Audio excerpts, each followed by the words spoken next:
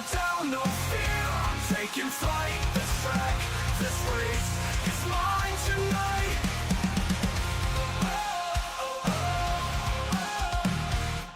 Qualifying ghosts, I'll throw them down. Every corner's mine, I own this town. Sire scream, my setup's tight. I've bled for this win in the virtual light.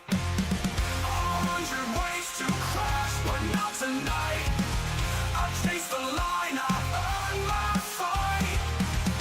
Pedal down, no fear, I'm taking flight. This track, this race, is mine tonight. No resets, no excuses, I pay my dues. Studied every apex, I've got nothing to lose. The pack's behind me, checkers in my sight. I'm the king of this over, I'm winning tonight.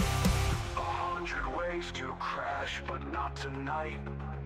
I've chased the line, I've earned my fight. Pedal down, no fear, I'm taking flight. This track, this race, it's mine tonight. No resets, no excuses, I pay my dues. Studied every apex, I've got nothing to lose. The pack's behind me, checkers in my sight. I'm the king of this over, I'm winning tonight. No resets, no excuses, I paid my dues. Studied every apex, I've got nothing to lose. The pack's behind me, checkers in my sight. I'm the king of this over, I'm winning tonight.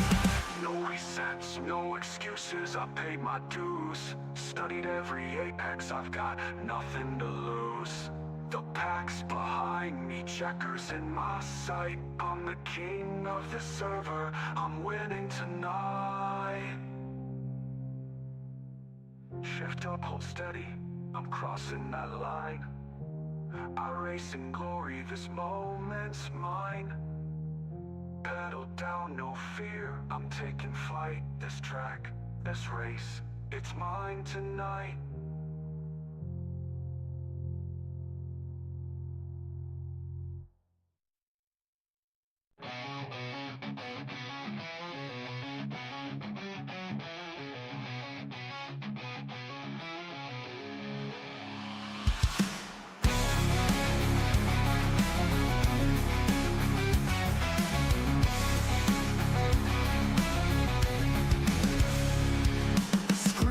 Burning and pixels collide. Steel and rubber in a world online.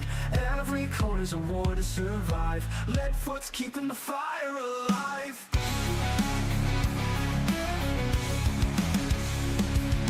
Engines in the void, thundering loud. Virtual tracks, but the crowd still shout. Through the crash and the flame we rise again. Leadfoot TV, where the night won't end.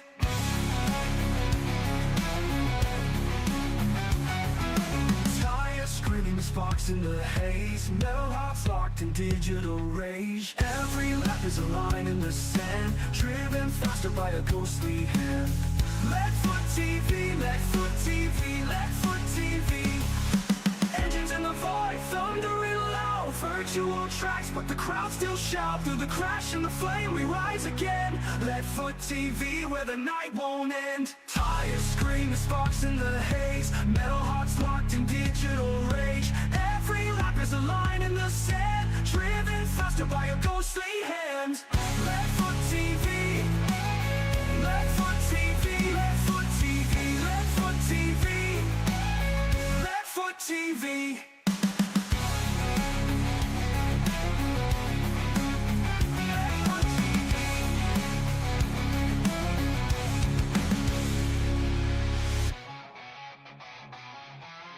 Leadfoot TV.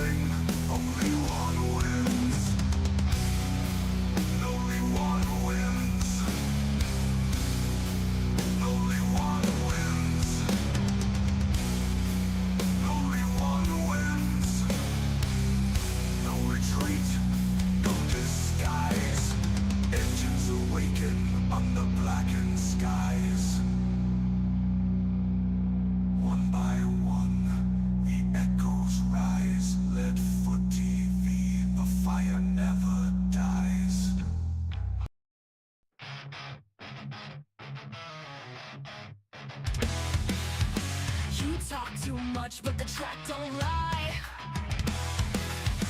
Quit stalling out, quit wasting time. The only way forward is pedal to the floor. Quit whining, drive like you want more.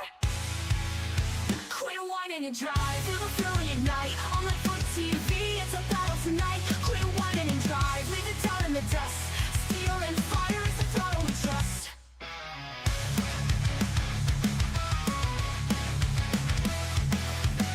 11 doors at 200 strong. The weak get wrecked, the brave roll on. Every lap's a war, no mercy inside. If you came to complain, step off the ride. The time is ticking, the engine's roared. Crew whine drive, that's what it's for. From the sims to the screen, it's the edge of your seat. Burning rubber where legends compete. Quit whining and drive, feel the fury ignite. On the foot TV, it's a battle tonight. Quit whining and drive, leave it down in the dust. Steel and fire, it's the throttle we trust. Lights out, hearts pound, hear the countdown scream. He's trapped in the cockpit of a digital dream. No tears, no fear, just a checkered sky. Quit whining and drive or get left behind. Quit whining and drive or get left behind. Quit whining and drive, let the wild take control. On the foot TV, it's a race for the soul. Quit whining and drive, leave it down in the dust. Steel and fire, it's the throttle we trust. Green flags alive. Quit whining and drive.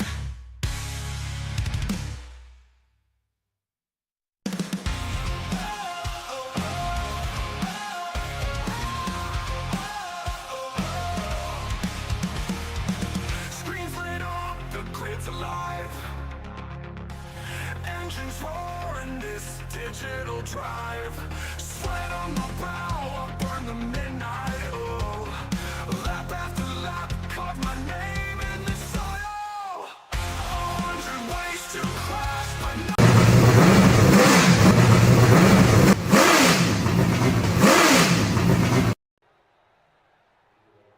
Everybody, welcome to Loudon, New Hampshire at Loudon, New Hampshire Speedway for the Loudon 150 at the Magic Mile. It is a cool 71 degrees outside tonight. Welcome in the booth with me is Austin Kansas, myself, the lead announcer, until Chris Golden gets in here. And the man that pushes all the buttons and does everything else behind the scenes, the man, the myth, the legend, Tracy Brown. Yeah, there's a man myth or something there going on, but yeah, I understand it. Chris has been held up once again by the Spirit Airlines condition. Something about he lost his luggage or something. But anyway, yeah, man, like you were talking about, it looks like we're getting ready to do the Fog Bowl 150 here at Loudon, New Hampshire. Current condition 71, track temperature 84, humidity 95%, winds northwest at 8 miles an hour. Austin, Lucky Cansdale, great to be with you, my man. Let's go ahead and run through the starting grid here. Starting on pole, the 41, the Brock Whiteman, and in P2 you got Evan Janik.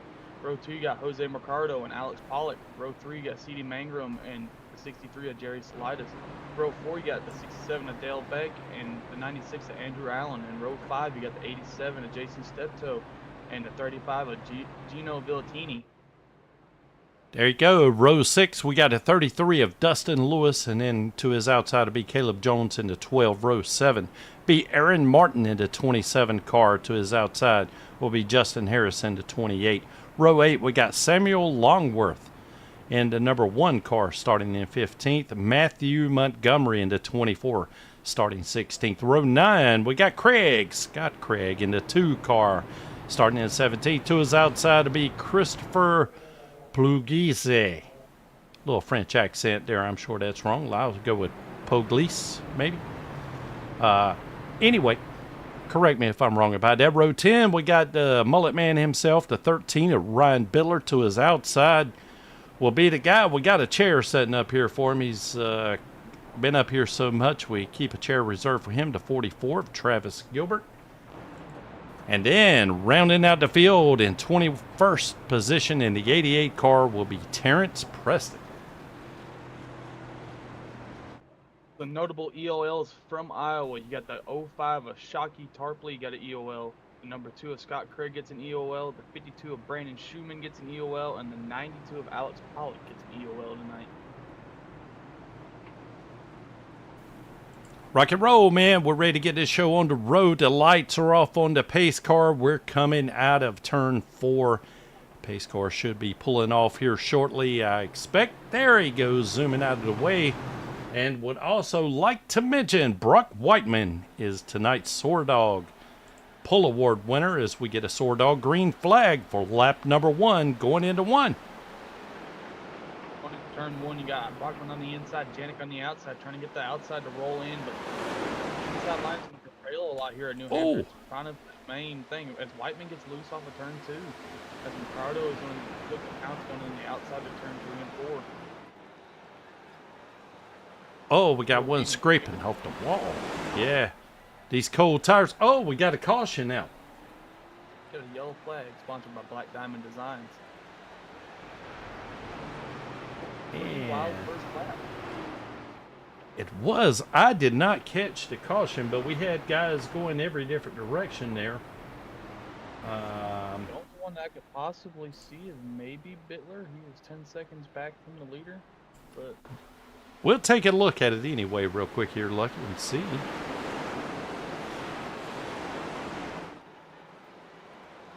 Oh. Oh, wow.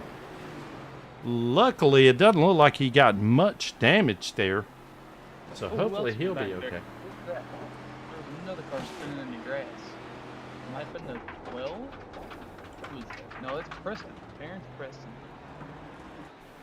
Yeah, we'll see if we can get a view of what happened to Terrence. I'm not sure if it was because he was trying to make some evasive maneuvers. But these tires are so cold, you're not going to be able to wiggle that steering wheel much. I think he probably got on the brakes hard looking at Bittler spinning right in front of him. Yeah, that's what it's looking like, but also he was riding the apron a lot, which shouldn't be much of a big deal, but there's just a little bit of a lip between the apron and the track, which New Hampshire is really, really a flat track. It got really elevated baking here. You got 2 degrees at the very bottom of the track, and it kind of slowly works its way up to 7 degrees at the next to the wall. But there we go. After everything shakes out, right here on lap 3, we got Evan Janik in the 60 car, who is now leading this field around here. Lights are on. I'm not sure if the blimp view will do us much good, but with this much fog, man, we got to check it out. Just see what it looks like. Oh, yeah, do not adjust your screen. That is a meteorological, what do you call it? Anomaly. This fog has set in, man. Looks like they're right off of Cape Cod or something, if you ask me. So hopefully all the fans up in the grandstands can still see everything okay. They probably got the binoculars out there trying to look. And the handy wipes clearing the lens. But yeah, Lucky, you know, one thing I just wanted to mention is that we see the lights are off on the pace car. But this, to me, happens to be one of my favorite tracks. It reminds me of a really, really big Martinsville. Probably doesn't put on the best races in real life, but I really love to race this track, man. You gotta get up on that wheel and do some serious driving here. I have to agree. I wouldn't say this is one of my favorite tracks. I'm not big on the flat tracks besides Martinsville, but this track's always put on some decent races, especially in the Gen 6 era, where the car had a little bit more horsepower and you could drive it off the right rear. These cars are so tight, you gotta drive it off the right rear. You kind of really can't drive the corner. You're gonna see a lot tonight. People are gonna enter a little bit high, and diamond into the corner, and hit the apex in the corner, and come out as straight as they can, so they can get as much speed down the straightaway.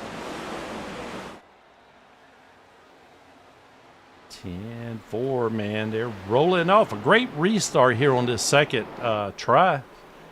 They got going on. Got a little bit of heat in their tires. Got a little bit of control of these cars now, so they're starting to single file on out. Got a little bit of fanning going on back here in the back. So we see the 33 at Dustin Lewis. Look at there. Got a new mug shot for Dustin, by the way. That just came in this week. Saw his fans get to see that beautiful mug. And he is currently in 13th, battling for 12th position. Got his teammate right in front of him, did 92 of Alex Pollock. A lot of BDE guys are very back in the pack. Part of this race, they're going to slowly make their way up through the race. These guys have always been really good at this.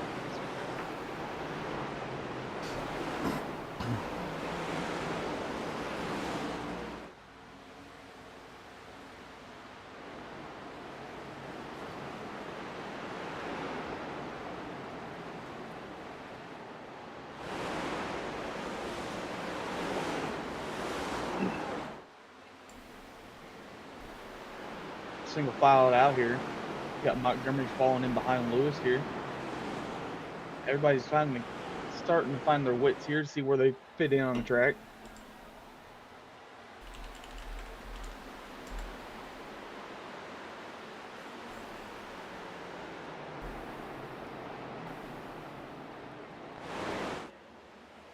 And flip it back up here to Janik, checking in on him.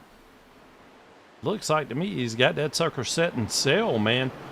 But I did want to mention real quick, we got to take a look at our race details real quick. We're going to be going 150 laps, 154 miles. We're going to have stages at lap 45 and 90. And we got 4 sets of tires in the pits, 0 fast repairs. But we do have unlimited green-white checkered attempts should we need them. And these guys are also running about 50% fuel tonight. I don't know the actual numbers on what they're going to get here in fuel mileage, but I'd say if I had to take a rough estimate, they're probably going to get about 35 to 40 if I was a betting man. I see here in my notes there, Can still. They are looking at somewhere in the 40 to 44 lap range. Oh, I was wrong. So, and that's not coming from me. So, right or wrong, that is coming from our broadcaster notes there, man. As we got a little like Craig was starting to mix it up a little bit. No, that's another 2 that I saw there. Hopefully, everyone's got the correct car number going on. I thought I saw a 2 anyway. Could have been Montgomery, could have been Harris.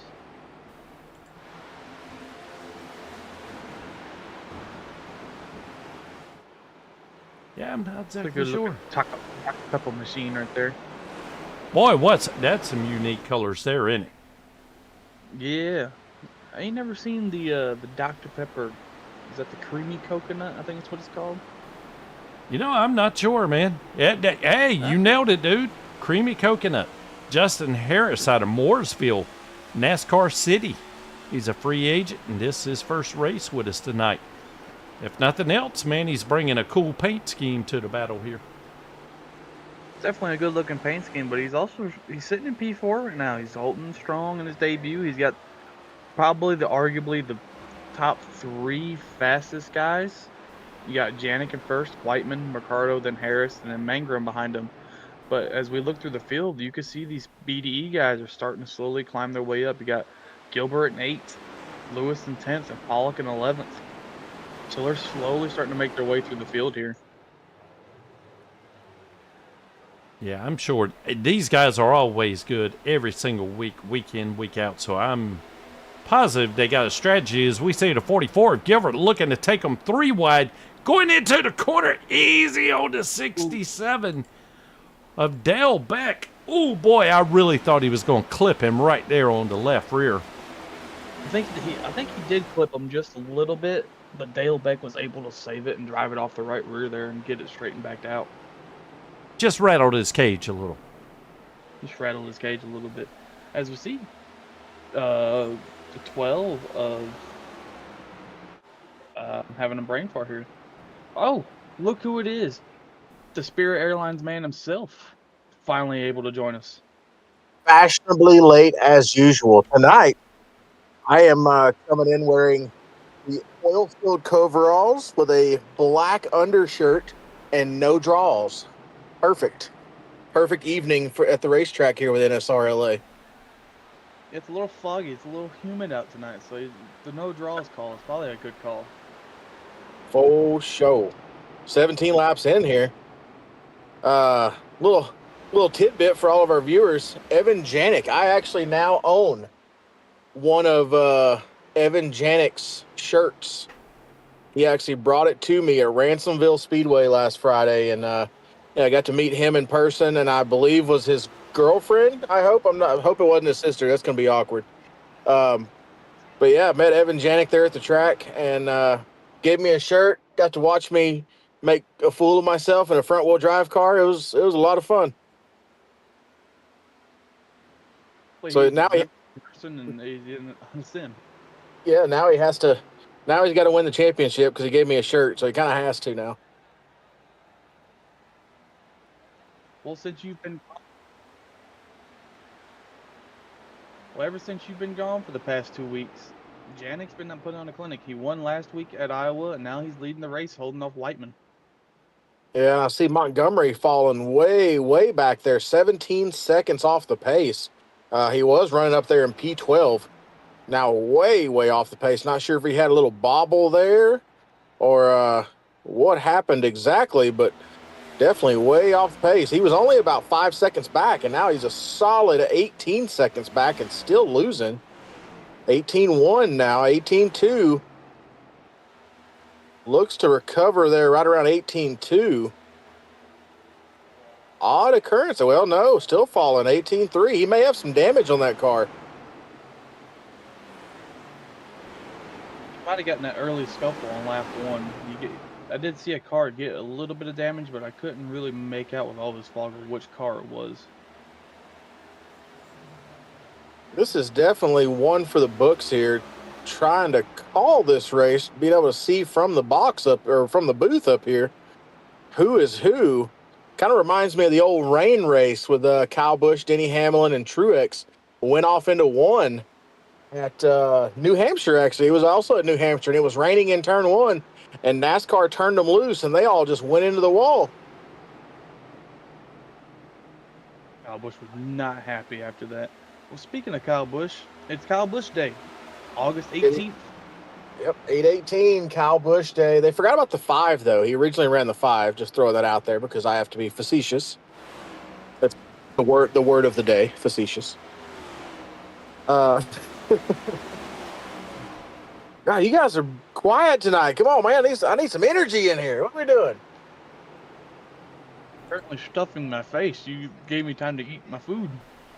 Heck yes. Well, I tell you what, since you're on a roll and full of enthusiasm, why don't you give us a brief synopsis of how your weekend went there, Mr. Goldie Man? Oh, man. It started out pretty good. I did some sightseeing on my way to the race. I left a day early. Was able to make a couple stops and handle some business I needed to handle. I stopped by the Club Racing Inc. headquarters there in Morris, Illinois, just south of Chicago, and hung out a little bit. Discussed some future plans there. Worked my way over to Ann Arbor, met with a sponsor, had dinner there. And then from Ann Arbor, I followed the coast of Lake Erie all the way to Niagara Falls in Buffalo, New York, or Niagara Falls, New York, rather. Through Buffalo, New York to Niagara Falls. I followed the coast of Lake Erie all the way from Ann Arbor, Michigan to Niagara Falls. There we go. I knew I'd get the words right eventually. And then from there, I made my way about 30 minutes north to Ransomville Speedway.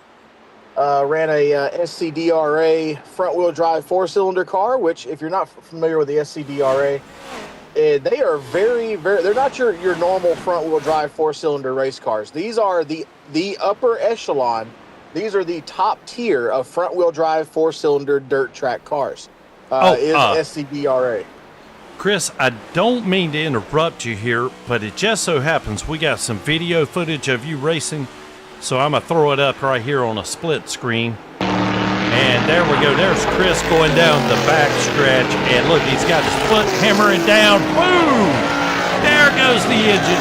Round goes Chris. Cars diving all over the place. And that's how the weekend ended. I kid. Yeah. That was like, an actual like, video from Evan Janik here, who just wanted me to show it to you. so you would understand how his season has been going for him. So everyone, I was kidding around with Chris there, man. I'm sure he had a fun time. I really loved the video that you did post of you driving and everything too, buddy. I think you did a great job, man. Oh, for sure. Thank you. I mean, a track I've never been at, a car I've never been in, with drivers that I don't know if they liked me or not.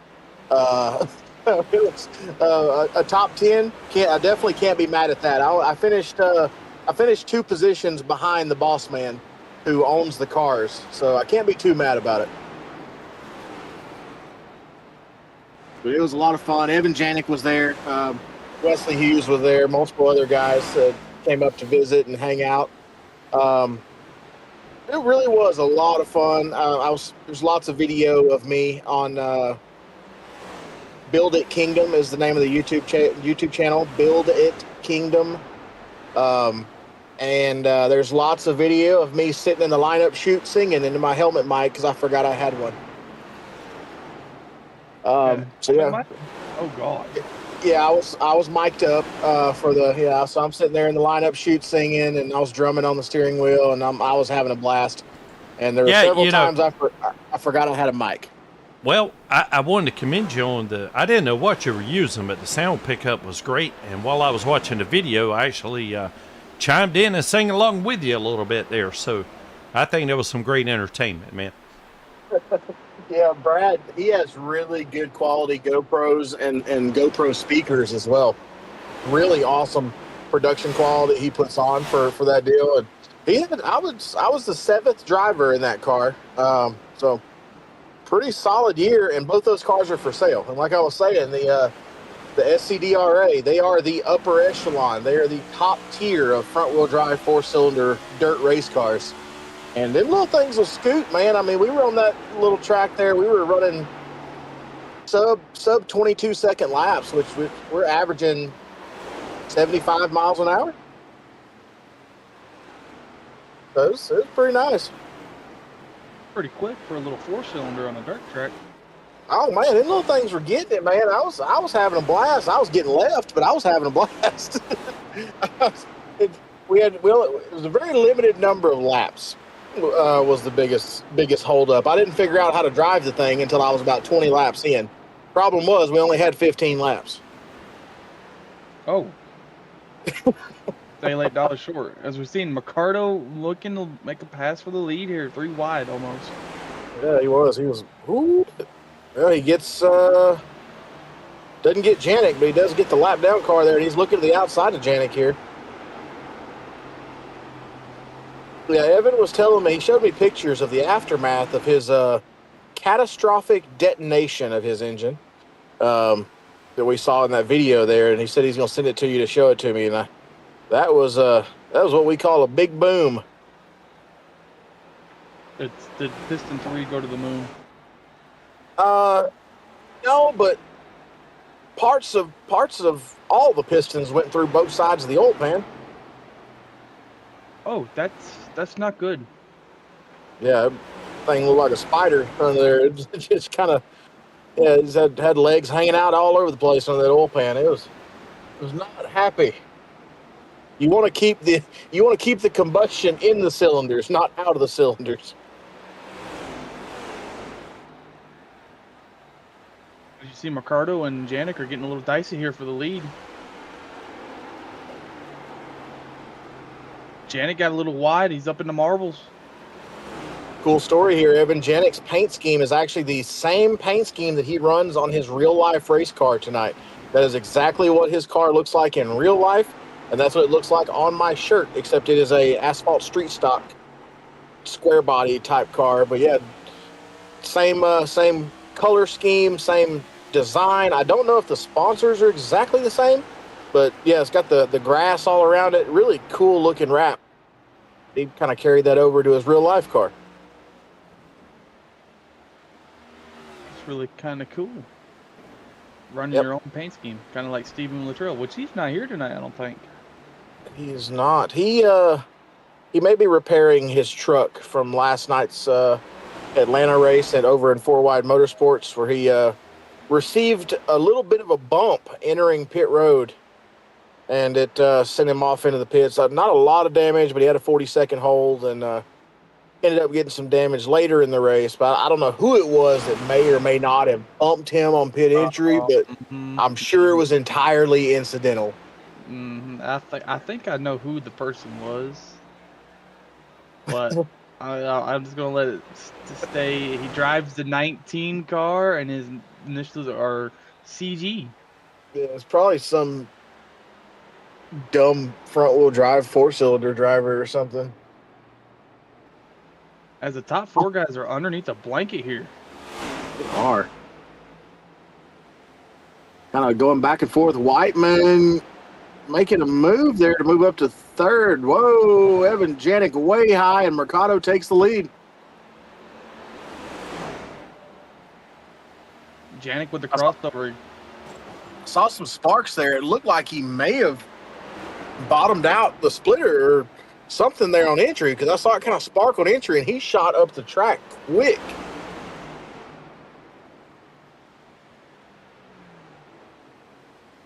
Fall in line. Oh, well, What about Harris? Not everybody's going to fall in line. Harris making moves here. It's really weird because I'm so used to New Hampshire where you want to wrap that white line and hit your tires in the paint to get better grip, but everybody's moving about 2 lanes up. Really are. They're using that momentum a lot, especially in this lead pack right here. Really just letting the car carry out of the corner.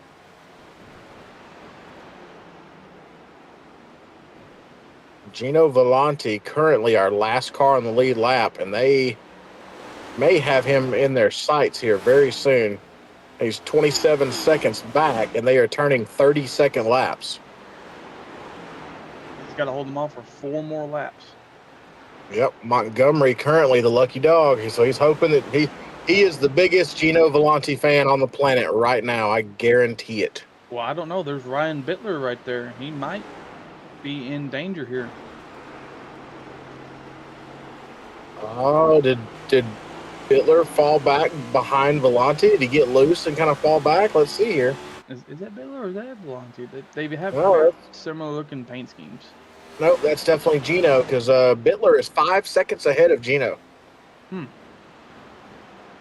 Yep, there's Bittler right there, and Gino's right. Gino is in the clutches of our leader, and there he goes. And that's gonna douse Montgomery's hopes of getting that lucky dog. So right now, Gino Volante will be your lucky dog.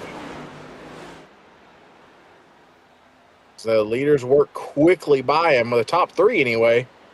Whiteman falling pretty far off the pace here rather quickly.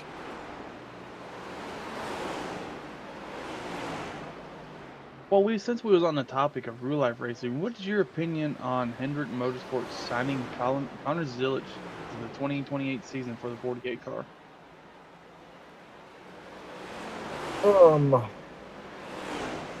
I got a statement real quick about that. Yep, go for it, Tracy, because I've shared a lot of statements today on Facebook, and they're a lot of unpopular at the moment. Well, I mean, when I saw that news, I was thinking, yeah, and is anyone surprised? I was surprised that so many people were surprised. I know that Zilic was technically a trackhouse driver, but, you know, when you got the Hendrick cash flashing in front of you, and a ride, and a team, you know, it seems like that's the way to go, in my opinion. Well, I think everybody was more surprised because they've been. I know I think it's the 2nd season in the Riley series, but you got Corey Day sitting there. Why didn't they bring him up? Because, like Chris always says, they like to bring these young guys up so quick. So why not just go ahead and bring him up? He's there in case Zilic washes out.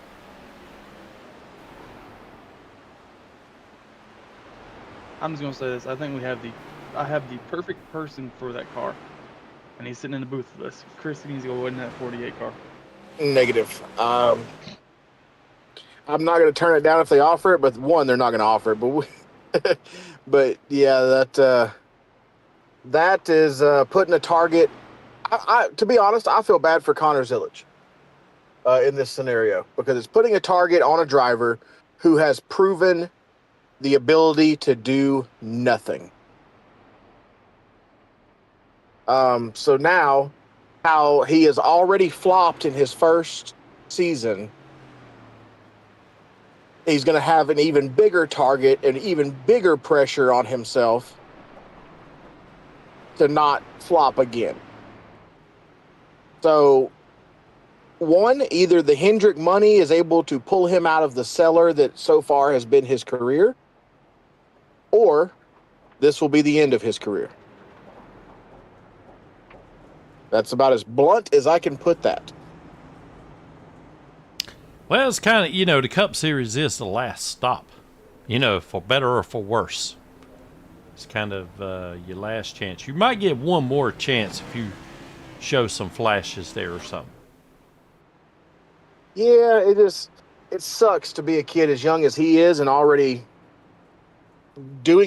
trying to do too much and running your career in the ground by trying to do too much, when if you just mellow out and just chill and sit and ride and don't burn your bridges, you could have a long career. Look at Michael Waltrip. But jumping around like this is a big move, because you burn that bridge with Trackhouse and go straight over to Hendrick. But at the same time, we don't know if Trackhouse is pretty much taking the role of development team for Hendrick, because Corey Day has been driving this with the ARCA races and everything else. Even in ARCA, all of these Hendrick guys are driving the 77, which is a Spire prepared car for Hendrick. It'll have Hendrick cars all over it and be the 77 in ARCA. I mean, that's what Corey Day ran in ARCA at Salem last season. Or the season before, rather. So you never really know. Trackhouse and Hendrick may have a little coalition going on where they just say, yep, we're just going to be your feeder team and you pay us for these guys. Or it could be anything. We don't know the inner workings of all these deals. Another thing is, though, Ross Chastain and SVG are both, I think, either next season or the 2028 season are in a contract year. Their contracts are coming to an end. Yep. Here's the big thing. Trackhouse does not have the funds to be a 3-car team. We're not going to say dominating, but they won several races with Chastain and Suarez. Ever since they have added a 3rd car, they have been a cellar dweller. They do not have the funds to run a 3-car program.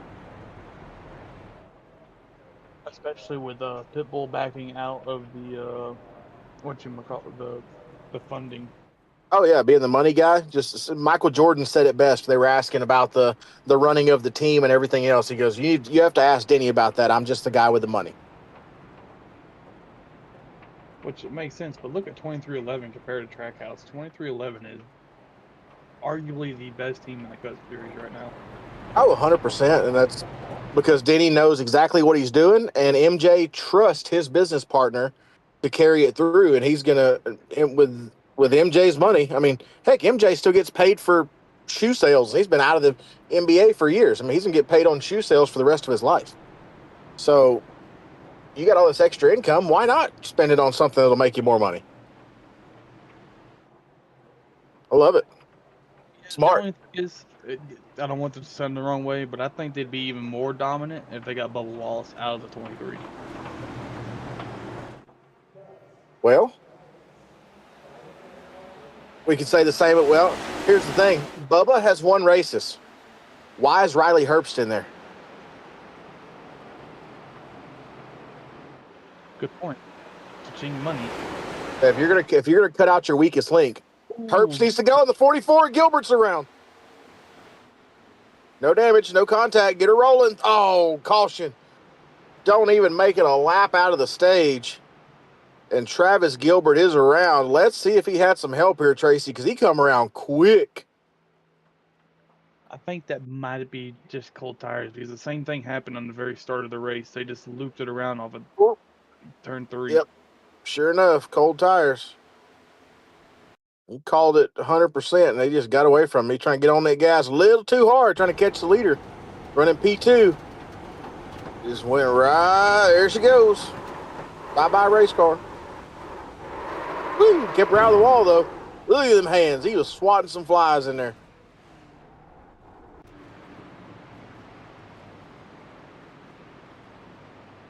Oh, boys, I had a heck of a day. It only got up to 113 today when we were out here rigging this whole job up. It was a good day. Is it a dry heat or humidity? It's Oklahoma, so it's kind of like a blow dryer blowing in your face all day long on high. So a dry heat, so it's not very humid. Yeah, no, not at all. You don't have time to sweat because it evaporates. Yeah, it's I only wish a I had- dry 115. Yeah. Yeah, I think I'd take a dry 115 over 90% humidity 96. yeah. See, everybody's always says like, "Oh, it's okay, it's a dry heat." It's like, you know what else is dry heat? A freaking oven. Okay, an oven is also dry heat, but I'm not gonna put my face in it. Hey, I would get a tan on my face, man. Gotta get a tan.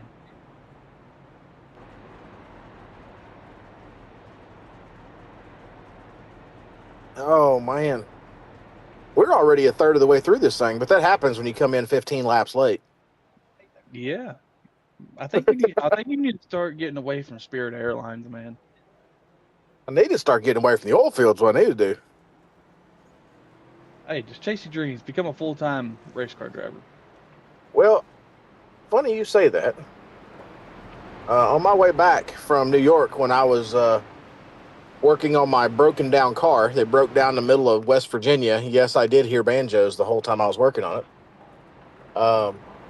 Make sure the Whitakers didn't hit you. Yeah, I got a call. So 2 weeks from today, I'm going to be taking over the 22 USRA tuner, which is our version of the front wheel drive 4-cylinder cars, for Vernon McIntosh. And he actually sponsored our car at Salem. So I'll be taking over his 22 car full time for the rest of the season while he has broken ribs. So every weekend on Saturdays, I'll be running a front wheel drive 4-cylinder car until I get my late model done. Sounds like fun. We're going to strap a GoPro to your helmet. Oh, I got tons of them. I will be editing footage. Cool. We'll go live. We'll be in your ear I'm talking gonna to you. put everything on fast forward.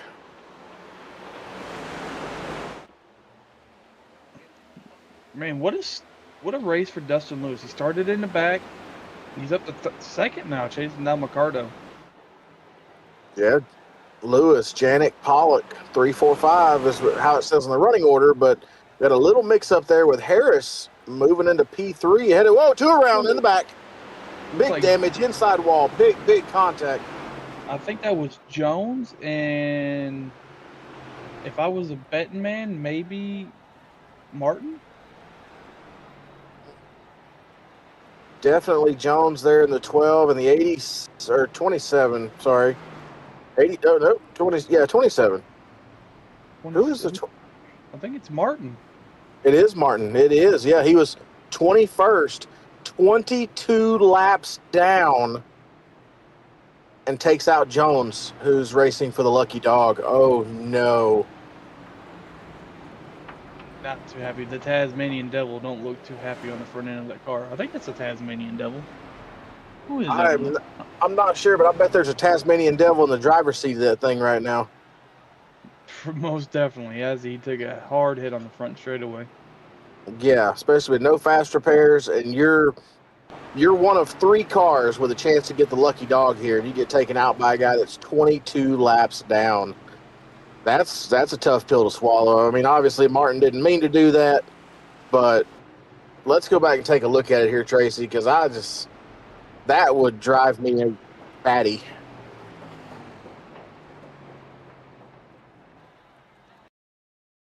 All right, we're gonna do a manual run back.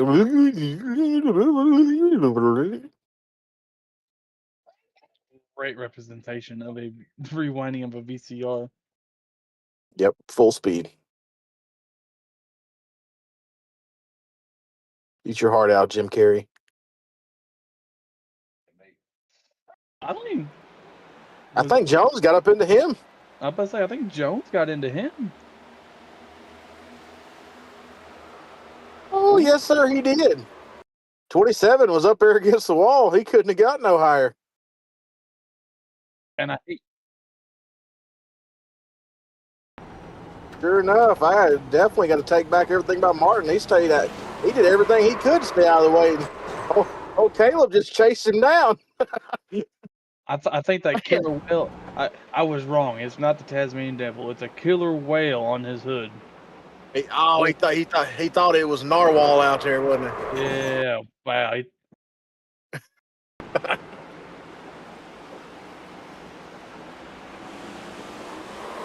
Yeah, it almost looked like something broke in that car because he went up 2 or 3 lanes.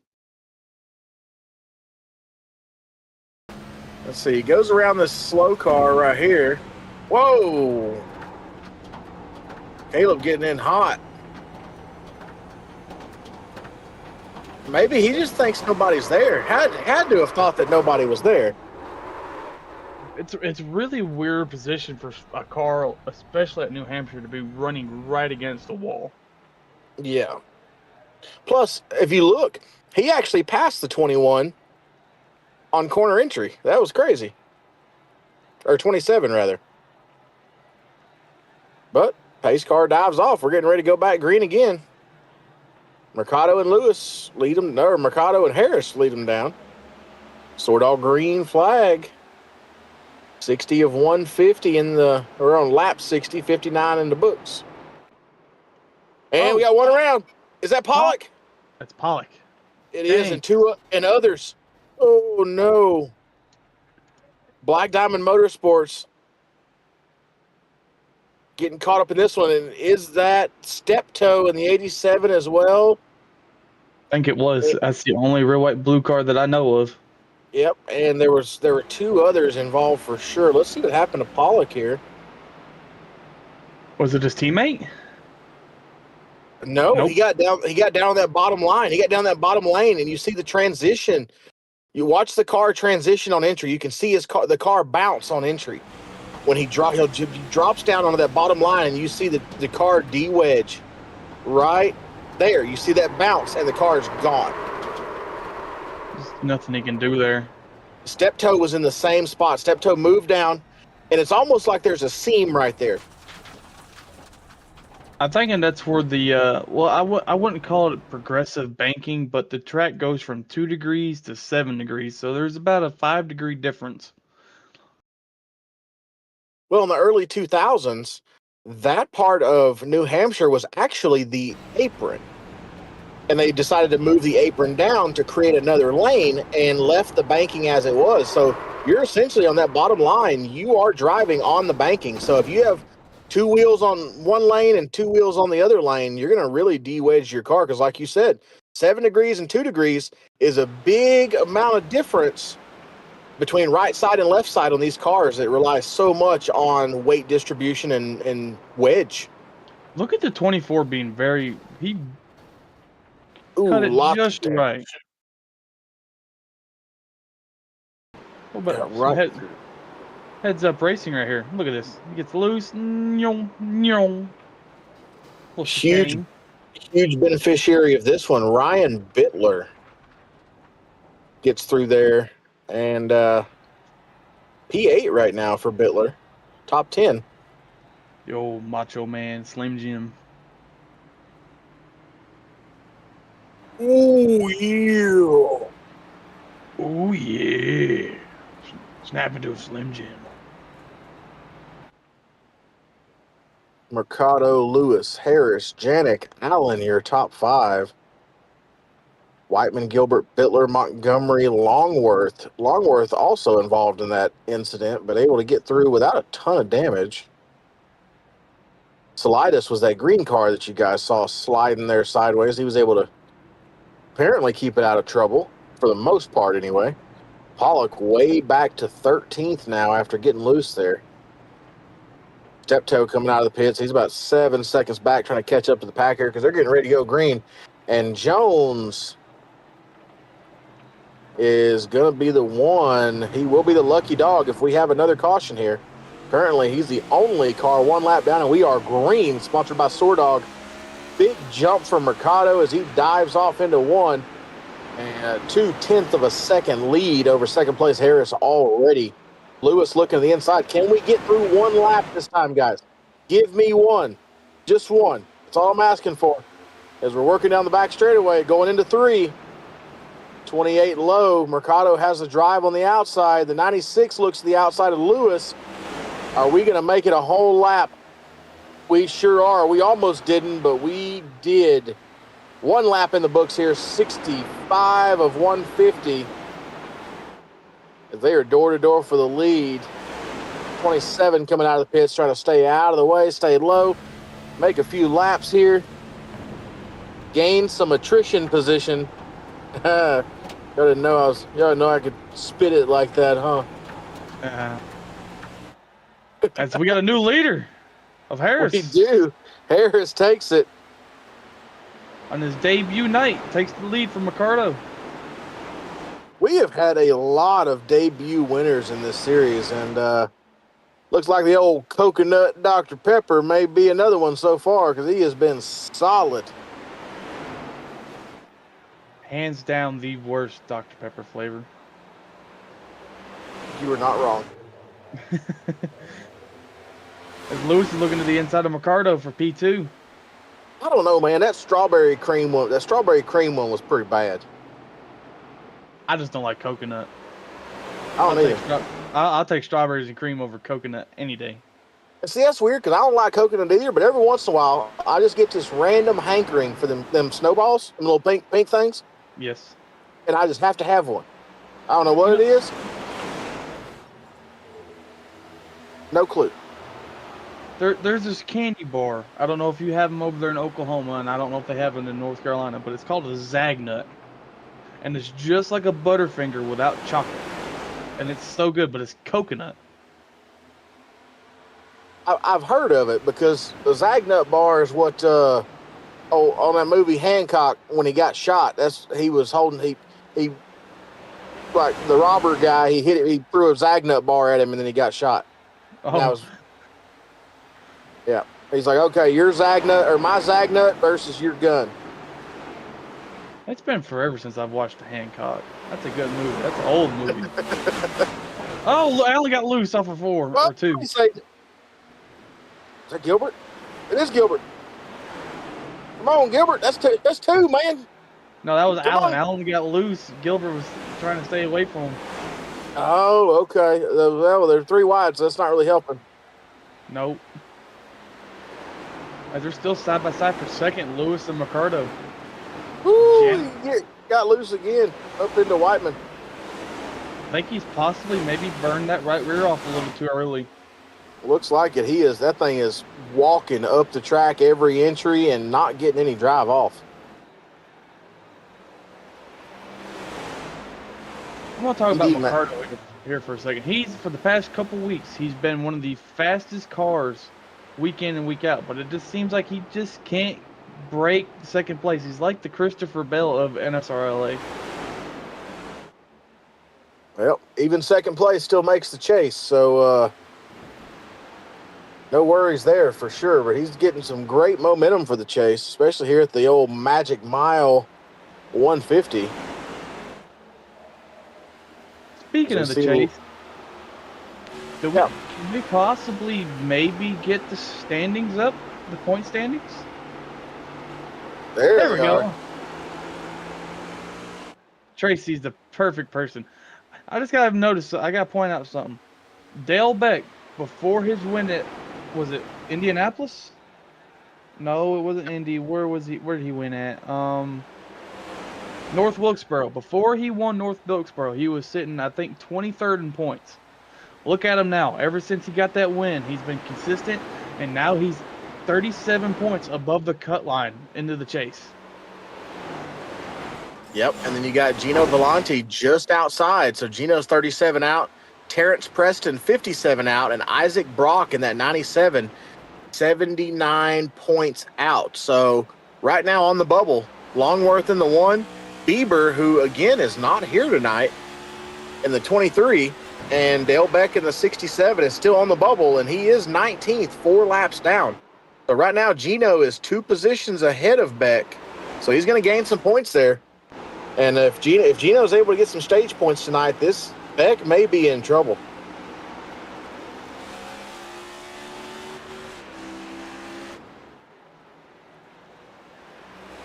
As we got a new leader, Lewis still lead, as we was talking about the point standings. I know one lady in our comment section that is going to be ecstatic right now. Probably 2 of them, actually. Oh, Old Doodlebug and Renee. I guarantee you, if they ain't said a word yet, it's only because they don't want to jinx it. definitely on, don't come want on. to. Come on now, ladies. If you're scared, say you're scared.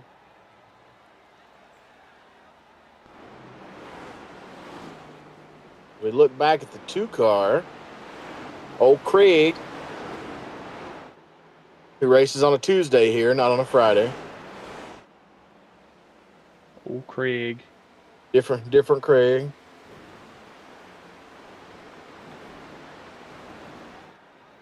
Come on, Craig. Whiteman started on the pole and is sitting in P5 right now, trying to hold off Janik. Janik looks to the inside. Right now, Craig is hanging on to the tail end of the lead lap here, 16 seconds back. So you got about a half track between him and the leader. But right now, Jones is the lucky dog, hoping for a yellow. Ooh, as we see Gold Craig getting the wall. Oh, Craig. Old Craig, not old Greg. Do we have a Greg in here? I wish we did. I hope we do. We do not. We ain't have a Greg. That sucks. We need an old Greg.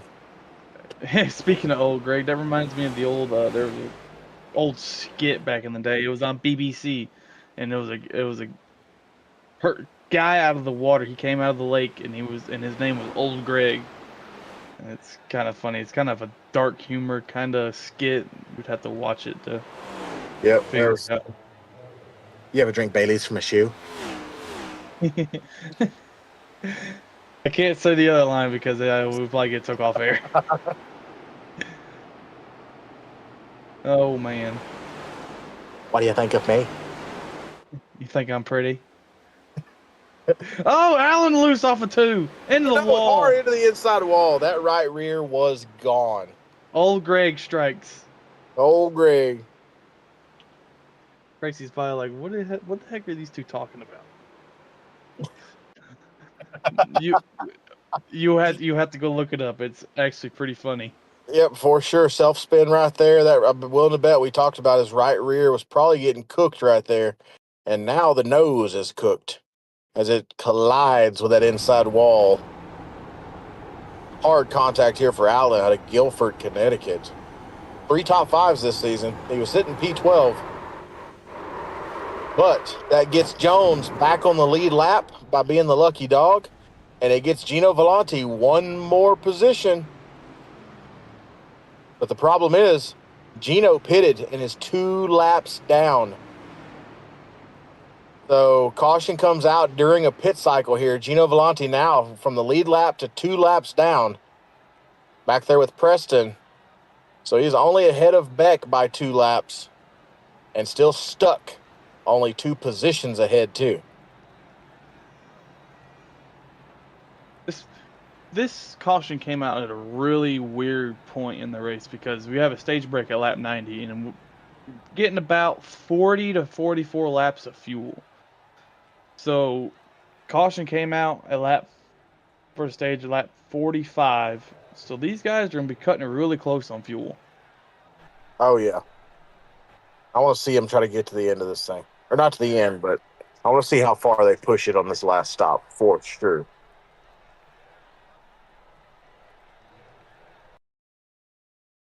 Oh. Black screen. Uh-oh.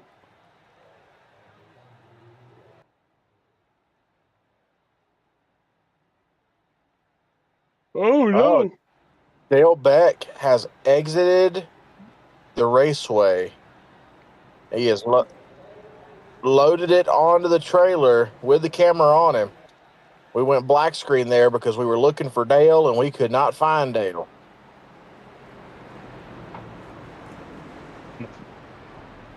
Yeah, cameraman had a couple choice words for him, and he just kind of knocked him out and went on about his business. I don't blame you, Dale. I think I gave him the broadcaster curse. I don't blame you, Dale. Hey, 4 laps down, somebody come put a camera in my face, I ain't gonna be real happy either, buddy. Yeah, but you're Chris Golden though. You get away with that. Dale Beck. That's because they expect me to be laps down. Chris, it's just Chris. He's a couple laps down. He'll be okay.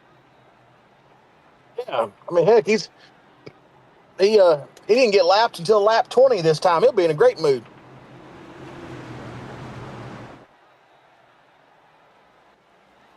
Oh, green flag again. Lewis out front with Mercado front row. Lewis, big jump there. SoarDogg, green flag, and they are off into one. Let's see if we can make it a lap. These guys have not done well on restarts, on surviving. Come out of 2.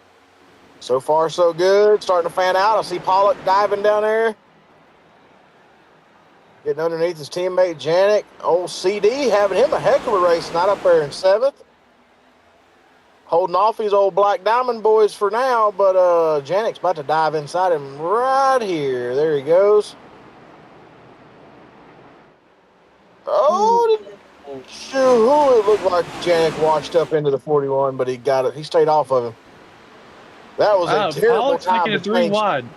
Yeah, that was a terrible time to change cameras. Whew. Okay. I gotta say that the Tijuana Mama car is starting to grow on me a little bit. Even though Tracy's never had a Tijuana Mama. Oh, we got your tires. We good? We okay? We okay? Everybody's all right? Yeah, everybody's okay. I heard tires squealing. Scared me for a minute. Janik's getting a little aggressive. He's starting to move people out of the way. Gave him the bumper. The bit Solitis. 63. There we go. Look at that. Have you ever had a Tijuana Mama? You told me that last week. I don't know if Chris has ever had one before. I've never had one. I have seen them.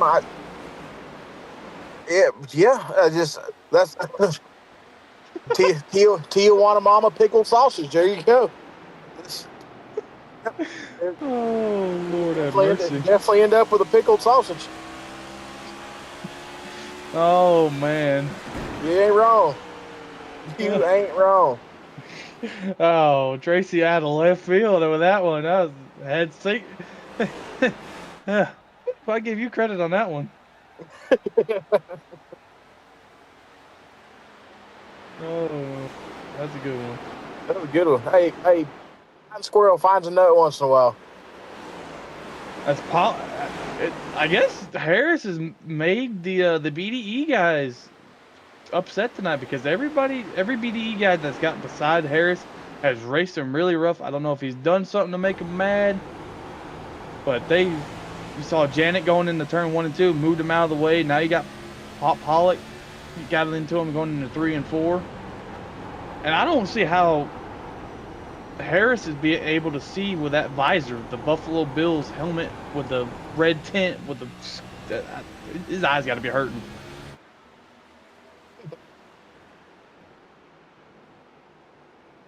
Oh, wow. That's what it is. He changed visors at last pit stop. That's what it was. Why he's falling back so quick. Out of Mooresville, Bills fan out of Mooresville. How's that work?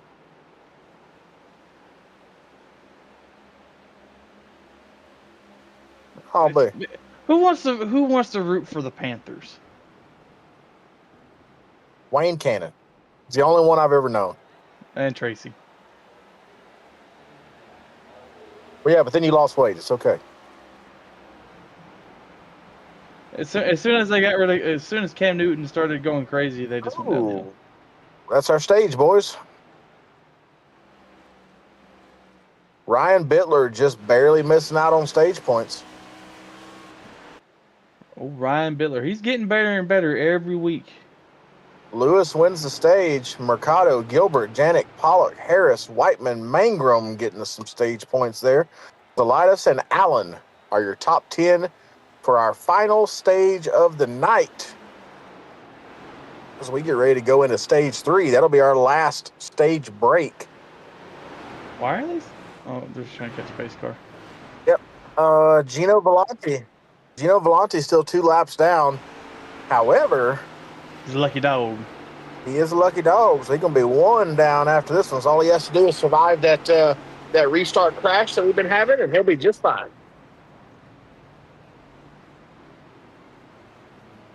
Oh, look who's in the chat. Old Doodlebug.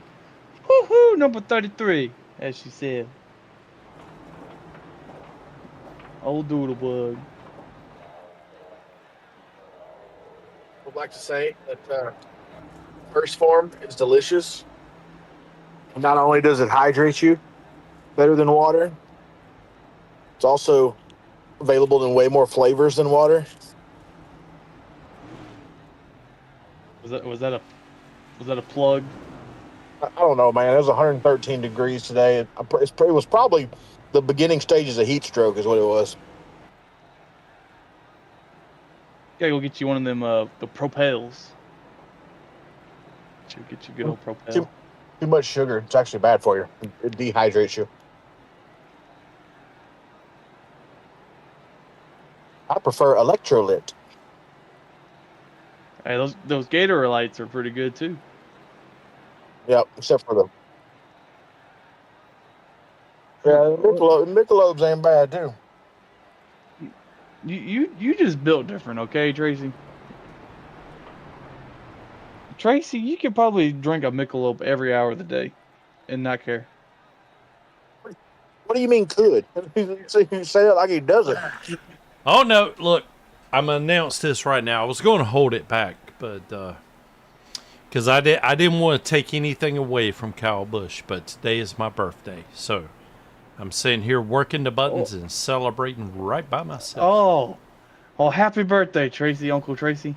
Thank you very much. Yes, sir. All right. So now we have to send Tracy a pickled sausage. Tijuana Mama, right? Or I just give him $3 and he goes down to the local Indian gas station and buy one. I don't think I've seen those. You might have to ship me a jar of them or something. But I will tear them up, man. They're not good. jarred. They're in a little pouch, like a Yeah, little. they're right there with like you know how you got the Slim Jims and the meat sticks and all that. They're right there beside them. Right below the pickled eggs. Pouch. I got you. Yeah. It's just they're really good. If you can handle your little spice and you like a little bit of a vinegar taste, you're really good. Oh, there goes Harris around turn. There it is. Big one. He definitely had help on that one. Did Gino get through? You better hope he didn't get an X. Oh, there he comes right there. I think he's fine. He got her woed up. Hopefully he didn't. Hopefully he didn't stop. Let's see what. Was that Whiteman? Did Whiteman get in the back of Harris? He did. It is 100% Whiteman, and then Salidas gets down on the apron. Where's old Harris at in this whole situation? Not Harris, but Volante. Gino. Yeah, where you at, Gino? Gino's on pit road, I think. Dang, Whiteman he said hello. Salidas, the 96, the 1. How bad would it be if Gino was on pit road for this and doesn't get the lucky dog because he was off track? Oh, he's on track. He sure enough is. He almost hit the wall, though. He did. I hope he didn't hit the wall at the same time they were wrecking. That would be some bad luck as Oh slide God! Oh God! Imagine knowing you're the lucky dog and driving up on that. Like, oh, tracks blocks. Well, he probably sees a pace car come out, and he's like, "Well, I'm just moseying along." Whoa! There's like a great wall of cars in front of him. Gino back on the lead lap. But no, Bittler in 8th. Woo! Yeah. Check him out here. That's- Ooh. So right there, he did not zig when he should have zagged. That was definitely some zagging right there. Yeah, it was. And a really strong car got tore up. Justin Harrison, pit road. He got a lot of right front damage to that car. Yeah, he has been. I mean, he hadn't been wrecked up until now, but he has been beat on all night. These guys have not given him an inch. I think they kind of took an issue to the creamy coconut Dr. Pepper. The old I would. Dr. Pepper machine, as Tracy would call it.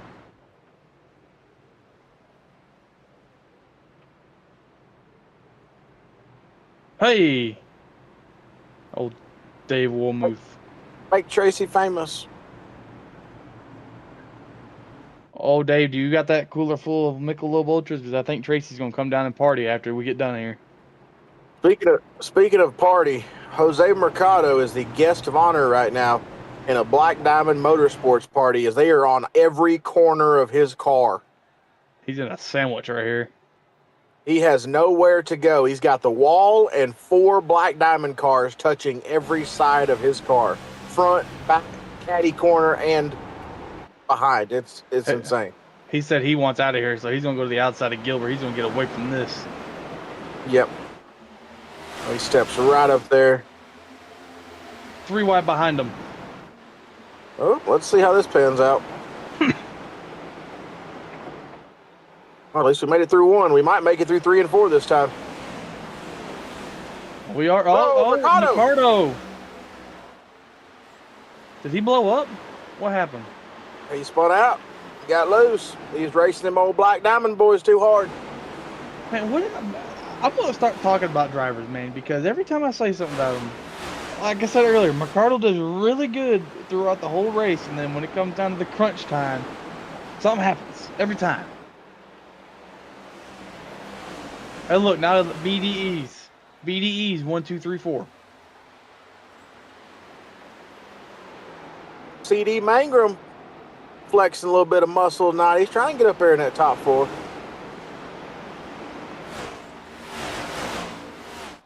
But he's got Whiteman to the inside. He does.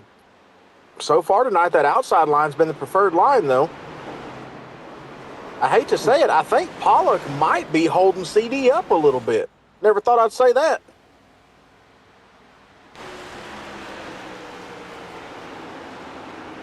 Oh, Alex Pollock. He had an EOL to start the race, and look at him starting P4 or in P4 right now.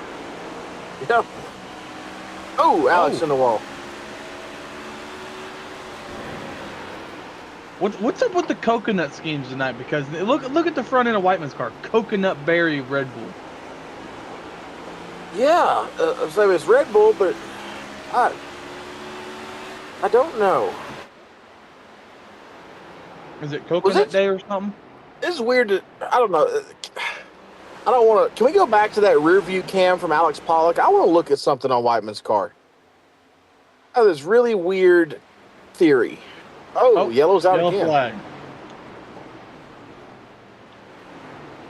Really weird theory. Gino! It's Gino! No, it's Steptoe. That's a caution? Okay. No, Gino Volante is 19 seconds off the pace. It's Gino. Uh-oh.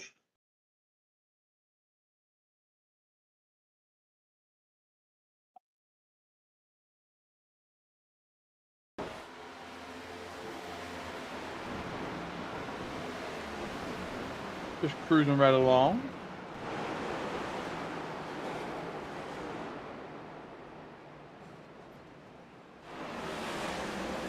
Steptoe got loose, saved it. Did Gino spin afterwards? Because he was way off the pace. He was like 18 seconds back.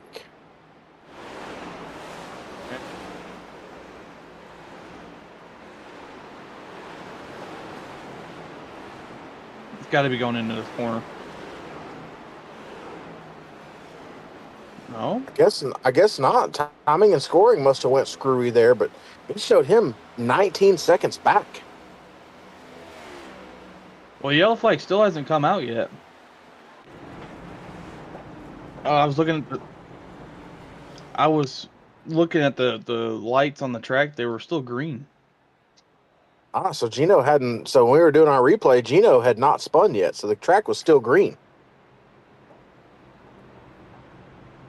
Gonna do hit the old manual style, Tracy. See if we can pull up on Gino for that yellow. Let's see what we can do.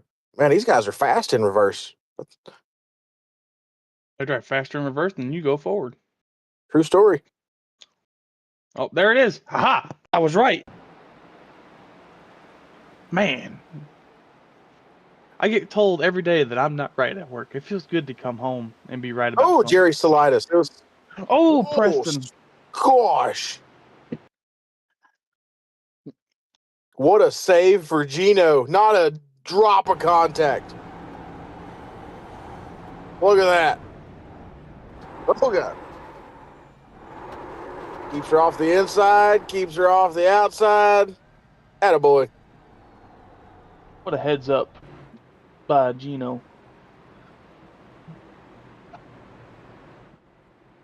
He's just practicing for tomorrow in North Wilkesboro for the Season 3 opener in the Golden Racing League, running the 87s at North Wilkesboro tomorrow. Doing a little practicing. Yes, you are. Tracy will be racing. Lucky may be as well. It depends on what time I get out of softball tomorrow. I already told them that I have to leave work tomorrow by 4:30, so I will be there as well. Unless they just hate me. Well, you did take off work to go race, so they're probably still mad at you. Yeah, but that's in my contract. I'm allowed to. Big one. Big one. There's Gino. I think Gino got in that one. Definitely. He restarted P4. Oh, big help from CD. Gets him up into marbles. That's what started it. Oh, he's done. That's a day ender right there. I think he might be okay. Nope.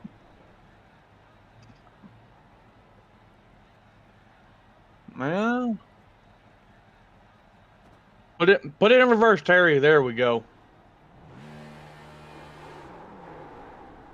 There we go. He does, but he cannot steer. Turn to the right. Turn to the right. There. Oh. Put it in first. There we go. It's like learning how to drive a stock car all over again.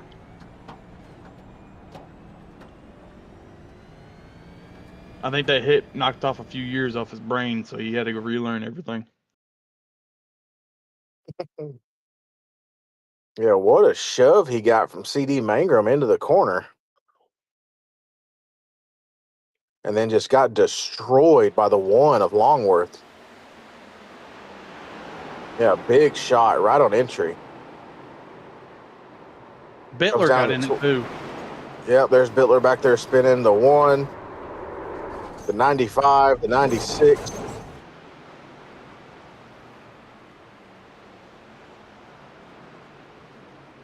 Big damage. A lot of tore up cars there.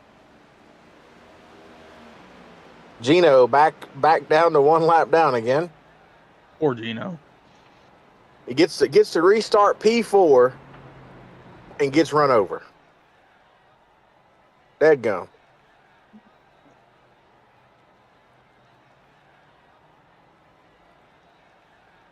Coming to the choose cone there. Everybody picking inside, outside, where they want to roll and line up. Getting ready to go green one more time. We're going to be at 40 to go when we go green. The 24 and the 44 will be restarting front row here. Montgomery and Gilbert. Montgomery is the control car. and the 24. So they If I'm will not, be your front row. if I'm not mistaken, I think the first 4, maybe even the first 5 stayed out.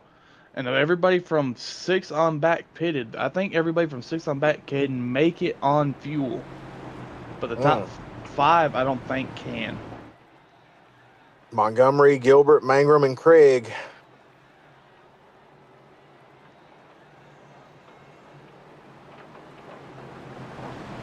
Pace car's off. Yep. And we're green again, sponsored by SoarDogg. Big jump for the 24. We got See if we Whiteman. see if we get through turn 1. As we see CD Mangrum up there way high. Gilbert gets by, bumps him back to P3.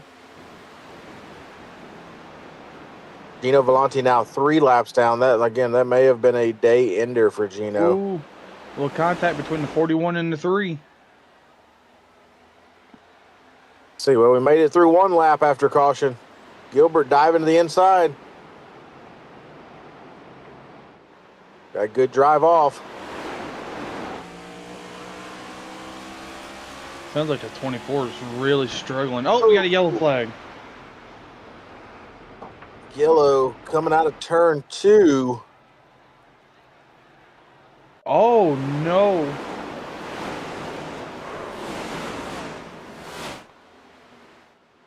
Mercado for sure. It's Mangrum. And Mercado. Oh. Mangrum spun. Whiteman checked up, and Mercado gets into the wall with Whiteman.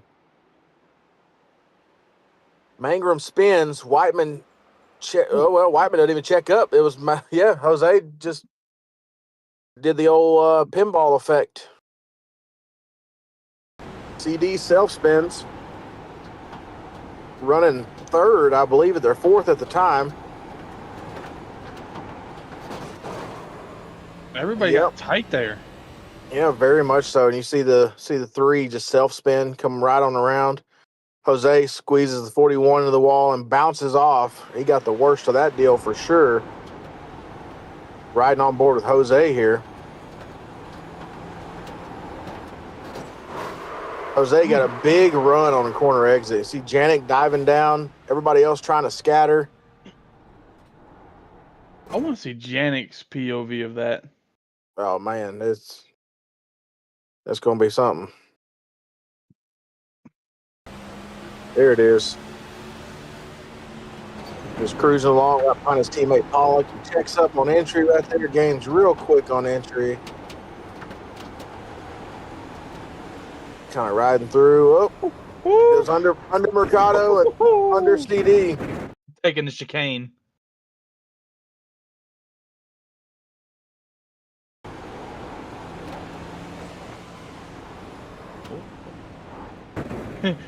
he almost zagged instead of zigged there for a second. Yep. He was thinking real strongly about going up. He's like, yeah, nope.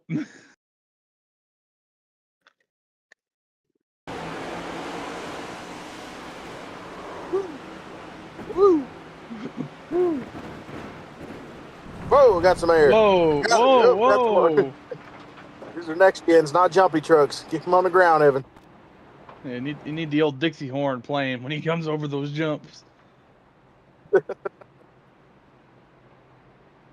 The Duke boys are back. And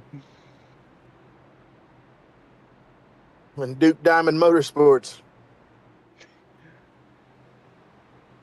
I wonder if you could get in trouble for having the Confederate flag on your car. Who knows? Probably. If I was a betting man, you probably would. I gave up on politically correct a long time ago.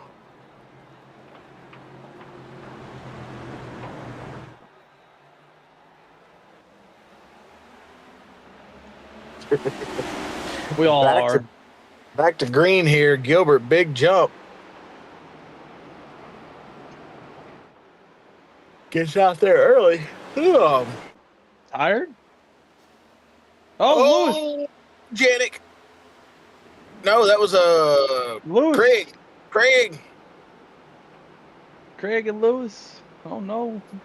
Somebody got down into Craig.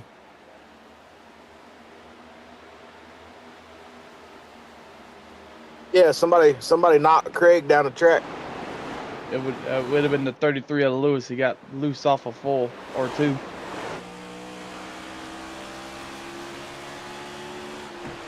Oh, another yellow.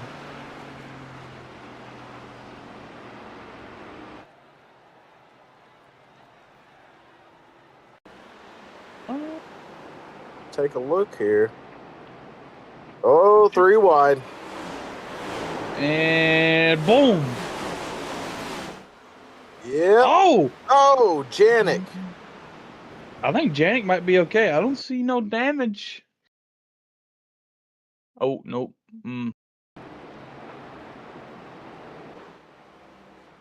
3 wide between 2 black diamond cars. That is not where you want to be ever. I don't think Janik got no damage besides contact between him and the 24. Yeah, I don't think so Janik's either. fine. Maybe 10 seconds of damage tops. Yep. 3 wide between 2 black diamond cars. That's never where you want to be. That is not a good position to be in. Whew. Looks like Jimmy Johnson at Dover. Yeah. Oh, Duke boys are back again. Yep. Took the Janik line. He's cutting the grass. That's why he got it all. He's got grass all over the car. Gotta get that name out there. Oh, you dig in why? He just didn't. He didn't say what tool he's going to use. He decided on splitter. I'll split it. He's like, do you want the checkerboard pattern or you just want me to dig it in? Got the dig it in special there. Jones and Montgomery on pit road. Mercado back on the lead lap.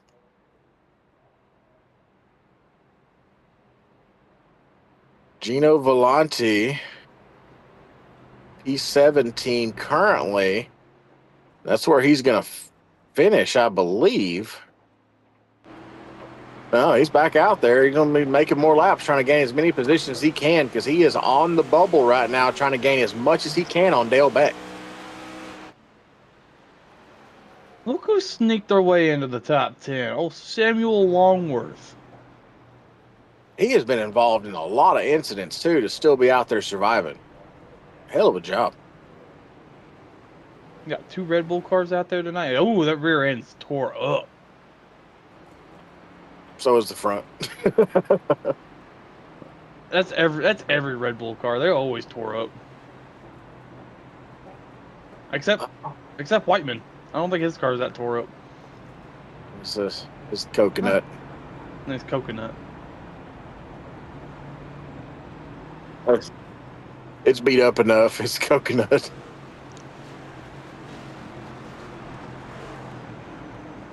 We are getting ready to go green again. 31 to go here. We'll be coming to green at 30. We've had a caution almost every 10 laps. For the last couple runs here, yeah. Well, Pollock and Gilbert are going to have control of the front for sure. SoarDogg green flag. Steptoe may be able to get Pollock into one.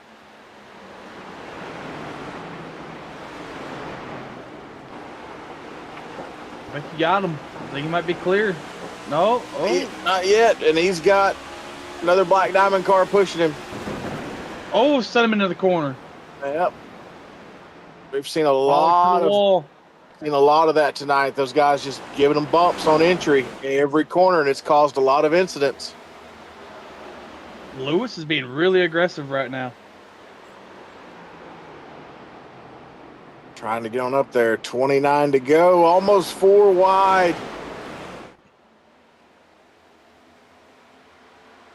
Only thing worse than being 3 wide with 2 black diamond cars is being 4 wide with 3 of them. Good Lord. Janik, Lewis, Pollock, and one other.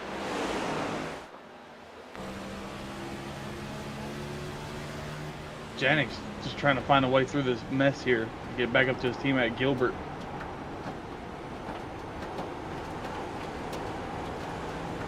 Pollock got a little tight off the corner. That's going to slow up the outside lane. The inside's going to get a run here. Ooh, Ooh, Pollock pushes up there. Look, it might have got a little loose for a second. Stays in line, still good, still rolling. Everybody minding their P's and Q's so far. Hey, look who's sitting P9 and P8. You got Craig in P9, and you got Bittler in P8. With Mercado right behind him. Old Mercado slowly making his way back up. And oh, there's the yellow. That is gonna be Longworth, I think. You just seen Longworth. I did. That's pretty good. Oh. That's the yellow flag?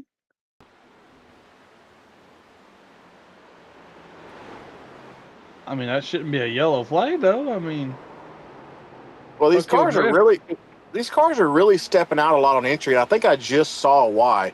If you run it back there one more time, Tracy, you can see that Longworth's car bottoms out on entry. You can see the sparks out from under the diffuser. And if these cars are slapping that diffuser on the track, then they are absolutely going to be stepping out. And that's what we've been seeing tonight. A lot of them are getting loose entry to center. You'll see the sparks right there.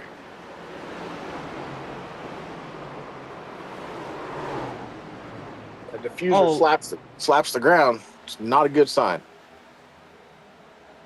And look who's in the check. If I'm not mistaken, I think that's Uncle Cannon. I think he's in the chat. He heard us talking about him, probably. Probably. Them old Panthers. Yeah, he heard someone talking about the old Panthers. He's like, I gotta go talk to these guys now. What's up, guys? Who's in here talking about our Lord and Savior, Cam Newton? Yeah, if he dives on that ball, we win the Super Bowl. Come on, Greg. Come on, Craig. Old Ice Cube just like, hello. Old Craig up there in second, right behind Steptoe. When did these guys last pit, Tracy? I need to see a graphic of when our top 5 last pitted. 7 laps ago. Oh, they can make it to the end. Oh, Steptoe cannot. Steptoe can't. Unless he's been saving fuel, but he's got to deal with these guys with a bunch of fresher tires on behind them. Yeah, no shot. 20 laps ago is 24 to go. That's almost 50 laps. There ain't no way. What about Whiteman? Ooh. 25 to go. Downtown auto sales, time to dig. And we have a bunch of guys up front that aren't usually up front. And then one guy who has really been waiting for a win. Sitting right there behind old Craig. And he's got fresh tires. Fresh. Like he just come out of the pits fresh. So these three up front might be in trouble. Yeah, but you're forgetting the underdog in the Slim Jim machine sitting in P6. Old Ryan Bittler, the mullet man himself. Oh, yeah. He's going to snap into a Slim Jim. Oh, I'm getting too old to hurt my throat. Green flags, sponsored by SoarDogg. I think he needs some of the adult juice. Jones got a really good start. 3 wide going into turn 1 and 2. They made it through there safe and sound. Lewis on the inside looking to go get P2 from Jones. Steptoe getting out there as far as he can, which unfortunately is not very far. Lewis looking inside of Jones. What a recovery for Jones. Major wreck earlier. Still out there running P2. I think he's holding up Whiteman. Whiteman's going to get a little frustrated here. He's probably going to move him up, make it 3 wide. Oh, he's going to fall in behind Janik here. Yep. 3 wide going in turn 3 and 4. With Mercado and Whiteman. Everybody makes it through. Gilbert. Moving to the inside. That looks underneath Mercado. These guys are making really quick moves out there. They're not really calculating. It's like it almost seems like they're just stick and move, because they're really jerking these cars around real rapid side to Oh, side step movement. toe around. Oof. Saved it. We are still green. What a save for Steptoe. No clue if he had help there, but nonetheless, amazing save. We're going to take a look at this. We did stay green, so we're going to take a look at it here. I think he just got loose. Yep, he had a little bit of a wiggle there and got loose. What a save. Look, Evan Janik actually helped him straighten her out a little bit there. Great save and great job by everybody else avoiding. That was fantastic. Lewis, Janik, and Whiteman back up front, top three. Mercado into Jones there, trying to kind of put a little squeeze on him. Runs him up the track. Kind of got into that left rear just a little bit. We got one around in the back. It's Craig. Save it, Craig. Like Craig saved it. We still green? We are still green. He saved it. Good job, Craig. That's 2 for 2, boys. We're inside 20. Lewis leads. Lewis, Janik, Whiteman, Pollock, Gilbert, Mercado, Jones, Allen, Bittler, Steptoe, your top 10. Lewis out to about a half-second lead. You see the sparks there on entry. This car's bottoming out still here on entry. That diffuser slapping the ground. It's really going to upset these cars in the center of the corner. As of right now, Whiteman is in the middle of a double-decker BDE sandwich. You got Lewis and Janik in front of him and Pollock and Gilbert behind him. He's the only person splitting up these BDE guys. Saw a couple car lengths back. Harris, 6 laps down, was really racing somebody hard back there. It wasn't. Oh, yellow flag. Craig, oh Bittler. no. Bittler, Steptoe. Bittler, Steptoe. Bittler, Steptoe, Longworth, Craig. Oh no. Oh, Craig. That was his save.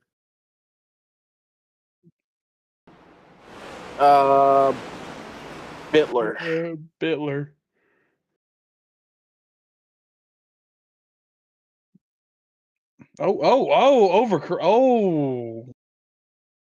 Overcorrection.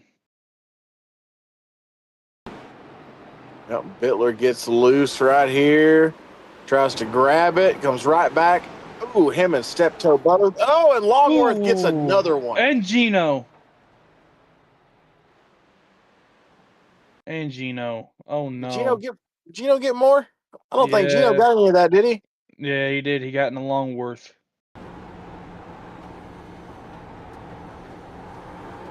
Oh, he hit that seam coming off of 3 and 4 and just snapped it loose. Got it de-wedged. Yep. And then Longworth finished him off. That'll be the end of his night, I'm willing to bet. If not, that's severely torn up race car.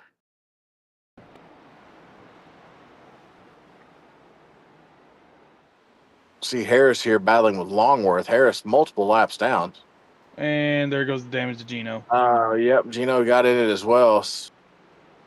I think that ended Gino's night. Look at the left front. They might have finally killed that one car. They have done everything they could tonight to kill that one car, and it may finally be dead. If it's not, man, Sam, put it out of its misery, buddy. Take it back behind the woodshed and just ka-chow. I mean, I think he's actually still going. I think he's good to go. oh man, that Longworth. dude, that's all. She's old Yeller, buddy. Just let her go. That right front's destroyed. That right front's gone. He's done for the night. Like, yeah, it's one of them deals, man. Put up a good fight, but it's time to take that old 20 gauge. It's my dog. I'll do it. And go back here and put it out of his misery. Now the question is, if you already got a tore up race car, why would you keep running? If you tear it up more, you're just gonna have to put more money back into it. Might as well Points. salvage whatever you can. Well, You the gotta worst he remember, can finish is Longworth's one of the guys on the bubble. got a point. Pull up those point standings one more time there, Tracy. You can see our 6 guys. Well, we're going back green. We'll wait. SoarDogg green flag, and they are off again. Black Diamond ruling the roost. I think One the on the BDE guys are the only guys that don't have a scratch on their car. Well, that usually happens. Oh, into Mercado. Oh, Craig around. He was in the wall. He was sideways in the wall, I thought. Saved it again, I guess. Oh, Craig in P8. Jones in P7. We have 11 cars left in this race on the lead lap. Last one being Steptoe. There ain't no way we make it 12 laps with these guys racing how they are. No, there's going to be another caution. These drivers right here, Lewis, Janik, Whiteman, Pollock, Mercado, and Gil. There's Janik around. What a save! Keeps it out of the wall. Man. Anyway, what I was saying, while I was glazing them up here, Lewis, Whiteman, Pollock, Mercado, Gilbert, and Janik are the 6 best drivers in this league. I can say that with confidence. They are the fastest guys in this league, and they are all racing in the top 6 right now. That's pretty crazy how that's worked out tonight. Oh no, Janik just got loose. All by himself. He kept it off the wall though. What a save.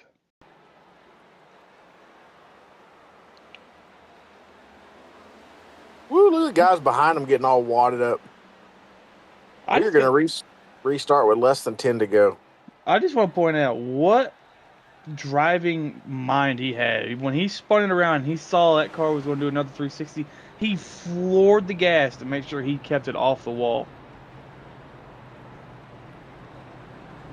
Lucky, here we go. We have evidence of how he learned how to do it. Oh. Here we go. Engine lets go. He floors it, and there's no arguments here. But you notice how he pirouettes around it. Very reminiscent of what we just seen. Very reminiscent. Well, it's 10 to go. Who we picking to win this race? Jose Mercado. You got Mercado. Tracy, what about you? Lewis. You know what? I think the guy I'm going to pick, I think he finally gets his first win of the season. I think Whiteman gets it.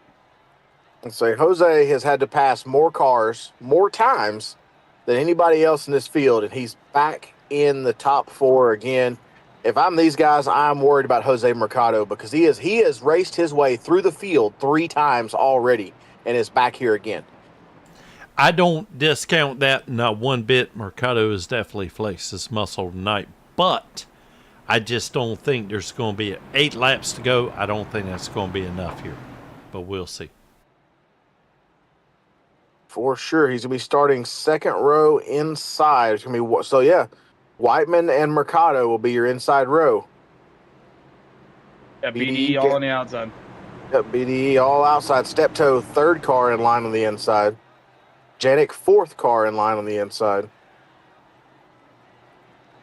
Whiteman's got to get a good restart here or it's pretty much game over. Bold prediction here. Either Steptoe or Jones get turned this lap or before the end of the race. Lewis got a great restart. Whiteman holding that inside line. He's going to clear Pollock off of 2. Almost got him. Pollock drives it in. Yeah, way deeper.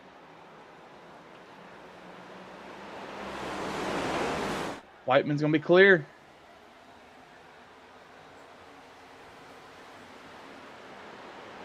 Is Whiteman going to have enough to catch the Lewis? Mercado looking to the inside of Pollock. And the wall spinning. Gilbert around. Oh! Harris forgot where the brakes were. Impressive. I'm kidding. I'm just poor guy. He's probably upset. I'm making jokes. He just had absolutely nowhere to go there. Tried to squeeze through, and dadgummit if he didn't spin right up in front of him. Oh, Janet got some major damage there on the right front. Oh, bounced it off the wall. Pollock all over the place. Really loose race car there. Oh, Gilbert got loose and tail whipped the wall. Oh. Right there, the 96 came down into the 60. Wait, did Janik break his right front? When he hit the 96. He gets by clean there, right here. That little contact broke his right front? Maybe. He's wiggling it a little bit. Mm. Definitely enough damage with 5 to go that it's going to take him out of contention for a win. That's for sure. Can we get an onboard with Harris? Because wow. That was a hit.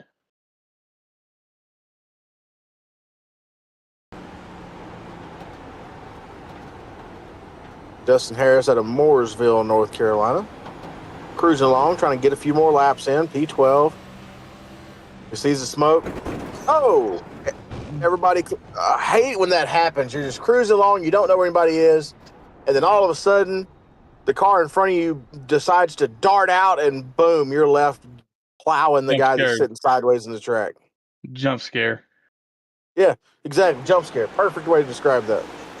He's like, oh yeah, he got guy spinning out of nowhere to be found, and then bow, destroyed.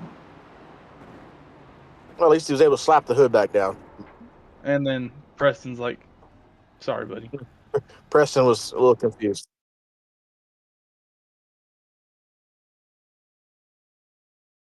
I don't know, man. If I was Harris, I'm lifting in that moment too. It didn't look like he lifted too much. He was trying to cold trickle that thing out there, trying to squeeze by. If you hold to the outside, you can hold it. Oh, lock him up. Poor Preston. We are restarting with 3 to go. It's going to be an all natural, 1 lap extra. It's going to be a green, white checker. What are the odds we make it green all the way? Not going to happen. Another caution.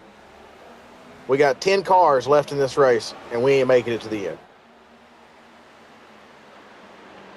Been a demolition derby tonight. There There it goes. There was. Yes. Step toe, Allen, Montgomery, Janik.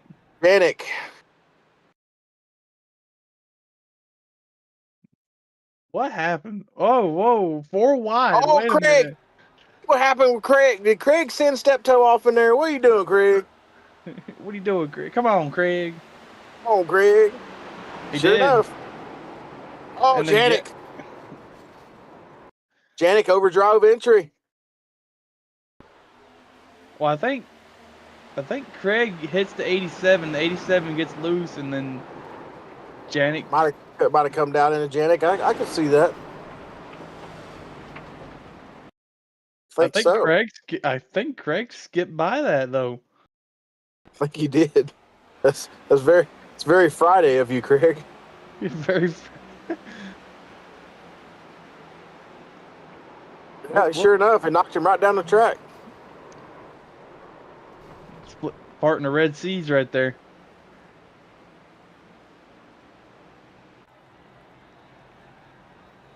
Well, now we have a green-white checker. A real How many one. green-white checkers do we get? Unlimited? Unlimited.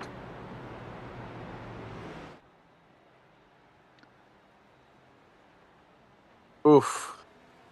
Man, I didn't know New Hampshire could be so rough. It was in the words of Uncle Cletus, you gonna learn today.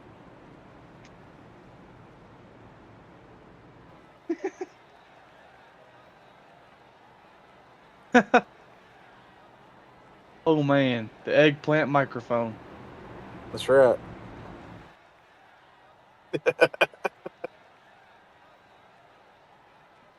Okay, but we gotta be honest though. I love you, Chris, but you are not that ripped, okay? I ain't been that ripped since 2010. Even though he said in your interview after Ransom, he's like, I got some muscle underneath this somewhere. Yeah, somewhere. I don't know where, but it's in there. Oh man. Yeah, you ain't a freshman All-American without some kind of muscle. But then again, that was 2010, so that's a long time ago. A lot of honey buns since then. Dude, there's a lot of bunch of stuff since then. That dadgum is that dadgum Mexican food. That's how they get you. He's like, she's like, oh, I like this one. Let me fatten him up where he can't run away no more. Get that queso dip, the cheese dip. That's a good way to describe me. I'm just a bowl of queso at this point. Bowl of queso. Oh man. We are green on our first green-white checkered.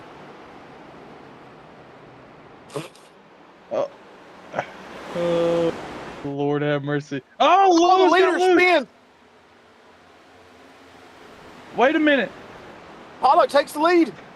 Whiteman's still underneath him though. He is. Coming Oh, to the white flag. Coming to the white. Next flag ends it if they make it to the line. Oh, Mercado makes it 3 wide. They made it to the line. Mercado bounces off the wall and goes 3 wide. Mercado got loose. Mercado loses it. Come on, Whiteman. Step toe. Come on, Whiteman. Bring it What home. they're drag racing down the back. Brock is trying to get him one, and Alex is trying to get him one. Neither one of these guys have won a race this year. To the line.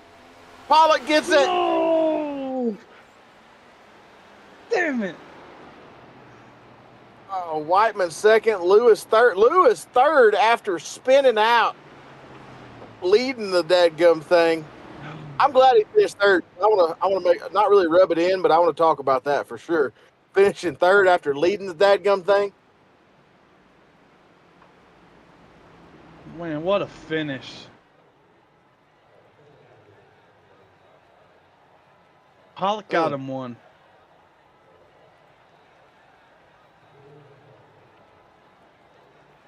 Man, Bro, Craig getting the top 5. And Jones. Hey, boy, Craig. We're going to get a smoke show now. Yes, sir. He knows better.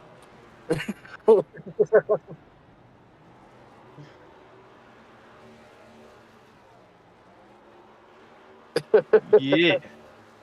You know he's been holding this one in for a while. The luck of the Amish. Wait, that's not how that goes, is it? Yeah, it was supposed to be tonight. Luck of the Amish. You're close enough. Yep. We're going to get an old Alan Kowicki Polish lap. It's New Hampshire. Why not?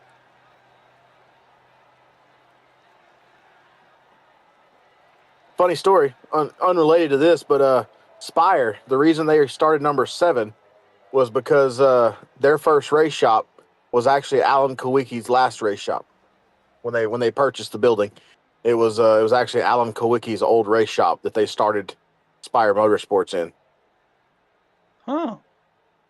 That's a nice little tidbit of information there. That's why their first car was number 7.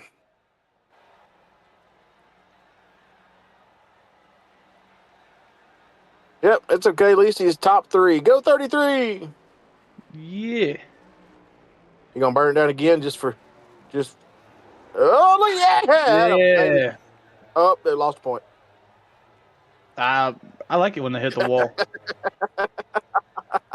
I just. That's good. That's good stuff. Okay. Yeah, at least park it on the line. You can't be a tire on the line. You got to get it right in the middle. Oh, awesome race. Yep, awesome race for BDE here. Alex Pollock takes the win. We are going to take a short intermission here, to catch our breath, and we are going to have your post-race coverage here. The SoarDogg Cup Series, Loudon Magic Mile 150, right here on NSRLA and Leadfoot TV. This is going to be a good one, folks. Stick around. We got a first-time winner this season, Alex Pollock, when we come back right after this.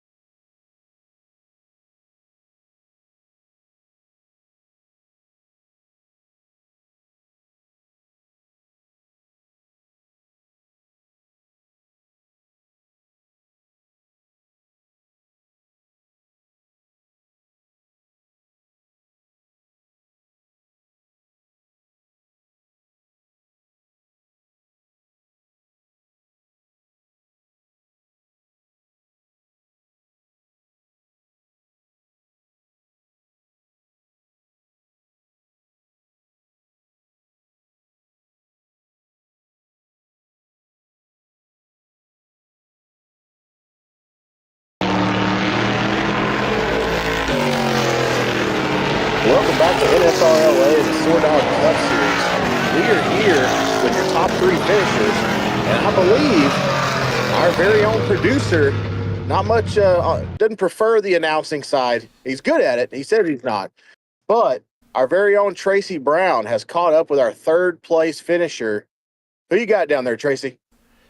Yeah, I appreciate that, Chris. Yes, absolutely, man. I'm not very good at this stuff, but luckily I got Dustin Lewis, man, a fan favorite out of Waycross, Georgia, driving for Black Diamond Motorsports. Already had 2 wins tonight. Looked like you had another one in your back pocket. Dustin, can you tell us what happened there, man? I mean, we had the restarts perfected there at the end. We kept jumping out in front of them and just kind of putting a half a second up on them, and then a caution would come out. But what screwed us up really bad was I watched on that last restart. I watched Alex jump up in front of Brock, and he went down to the inside. And I thought he was just going to cover him off, but he went all the way into the flat part of the racetrack, and he started coming back up. And a part of me panicked a little bit because I thought, oh, he's fitting to wreck us both, fitting to do what he's fitting to do. I know what his intention was, but I didn't know if he had overshot the corner, so I gassed it up a little bit early, and unfortunately it was a little bit too much for the right rear to handle, and unfortunately it started to come around on us. But we didn't wreck it. We still managed to come home 3rd, but when you lead 47 laps and you lead the most laps of the race over everybody else, a 3rd place feels a little bit short of what the car should have been capable of. Well, honestly, I thought you put on a great performance tonight, and you did lead an awful lot of laps. But if you would, I hate to relive this moment, but with this particular car, I am curious myself. It just seems like to me this car doesn't give you much warning. And maybe I'm wrong about that. But, when you were talking about gassing it up early, it just doesn't take very much, it seems like to me, to get on the gas a little bit early, and all of a sudden, the right rear or the rear end of the car just snaps loose. I mean, is that just more or less an attribute of this particular car? Yeah, that's part of this car's personality. You have to be very careful how you apply the throttle. If you apply it too much too quickly, it just overloads the rear tires and what grip they do have because of how much this car relies on the rear grip. If that steps out, there's really no saving it. The only reason I managed to save it was by locking down the front tires and basically getting the car to stay straight long enough to get the car back up under me, and then getting back in the throttle just gradually to get it back straight and not hit anybody. But yeah, that's a trait with this car. It sits so much on the rear tire going through the corner. If you get on the throttle even just a little bit too early, it will step out. And sometimes you can hear it. You'll hear the tire start to scrub a little bit, and that's kind of your warning. But at a track like New Hampshire, with how flat this track is, you don't get a warning. It's I'm on the throttle, it's sticking, and the next thing you know, whoop, there goes the rear end. Right. And that's what I've seemed to have noticed on a lot of these spins here. There's just no kind of warning, or I don't know. I've never even driven these cars. Don't really even own them, I don't think. I might have purchased one of them. But it just seems like to me, especially on new tires, guys that go out there, get the green flag, go into the first corner, and it's like, you kind of want to get on the gas, but there's no warning, and just all of a sudden you go from the rear grip from being 100 to 0, just at the snap of a finger. And but I want to commend you, Dustin. That's what makes your 3rd place finish so much more commendable, because I saw you on the broadcast, kind of lose it. I mean, I really thought that you were out of this thing going straight to the back. And to be able to hang on to it, correct it, whatever you did, and to be able to finish 3rd, man, that's totally commendable there, man. That was some great driving. I appreciate it. I kind of take some of my GT experience to figure out how to save these cars. And I've done it before in a lot of these races where I felt the rear end was stepping out and I get on the brake and lock the rear tire, the front tires up. And I use that to correct me. And Mhm. it kills your front tires. It does because it locks them up. But it, I would much rather kill those tires than kill the race car. Right. Well, I'm sitting here right now looking at the replay of your car here, which this is probably on, I don't know, it's not at the end of the race, maybe 133 or something. But anyway, man, I think your car came out pretty much unscathed. The tires are probably screaming a little bit at you. But again, to be able to do what you did, still finish third with this competition, you got to be proud about your finish tonight. I'm sure I'm going to cut you off a little bit. I'm sure you got to be upset because, like I said on the onset here, you had a win in your back pocket. But still, considering everything that happened to be able to bring home a podium finish, you still got to be happy with that overall, correct? Oh yeah, it was still a good points day overall for us. I mean, we score points in the very first stage, and then we won the second stage, and we come home third. I mean, it's a good points day regardless. The only reason I'm caring about the points right now is just seeding for the chase. Currently, we're sitting third, and we're not far behind Jose in the points. And I would like to be in second place after Daytona before the chase starts. Well, we all know Daytona is just kind of a crapshoot by like Daytona, Talladega, and probably even Atlanta these days. But anyway, man, you just kind of you still got to race. You got to hope for the best. And right now, you're pretty much locked in. I think you're pretty safe for a while here. So even if you finish third tonight, third in the points, so there's a good chance you're going to be racing for the championship at the end. So, Oh yeah. absolutely. Well, Dustin Lewis, man, it's always a pleasure. And by the way, just want to give a shout out to Doodlebug. And I think it is Renee. Is she your mom by chance? She is. Okay. So Renee did not chime in. Chris mentioned that we thought your family was holding off in the chat to keep from jinxing you, and I can certainly understand that as being an announcer myself. I've jinxed I don't know how many different people. Matter of fact, you're one of them, man. I even quit talking about how good you're doing because every time I did, I would jinx you and cause you some difficulty there, buddy. But anyway, I know you hate this, like I said earlier, but man, got to give you props, dude, for what I thought was a car that was going straight to the back, probably getting passed by another 20 guys, hammering down on you, man. Just got to commend you bringing it back for a podium finish. That's kind of how you end up winning championships on nights like tonight. So you can hang your hat on that if nothing else, man. But anyway, go ahead and thank all the people that helped you get here tonight there, Dustin. Well, thank the good Lord for giving us another opportunity to race today. It was a great first half of the race, but the second half got a little scrappy. But at the end of the day, we still finished under a checker flag. So thank him for that. Thank Mom, Grandma, Dad for watching tonight on y'all's live stream and popping in on my side too, watching from my perspective on YouTube. And of course, thank my teammates for being some of the best teammates I could ask for. Even though they had their own little troubles there during the race, um, they really are some of the best drivers in this field. And to have them as teammates, kind of rely on them, on their knowledge and what they're doing. And I mean, that's more of an asset than anything else. I wouldn't trade that for the world. And of course, thank you guys for broadcasting this thing for us. Well, I certainly appreciate the kind words, and I'm sure that Austin Lucky Cansdale and Chris, the Golden Man Golden, does as well. Dustin, I really think you need to be proud of this, man. I think your family should be proud of what you did here tonight. You had one heck of a doggone race. One little hiccup at the end, you still brought it home in a podium finish. So don't hang your head, man. You're still locked in for the championship, and it's definitely within your reach. So just want to say congratulations once more, and we look forward to seeing you race next week, buddy. Look forward to seeing y'all there. All righty. So there you go. Who we got now? I think it's Lucky Can still might be standing by with our second place finisher tonight.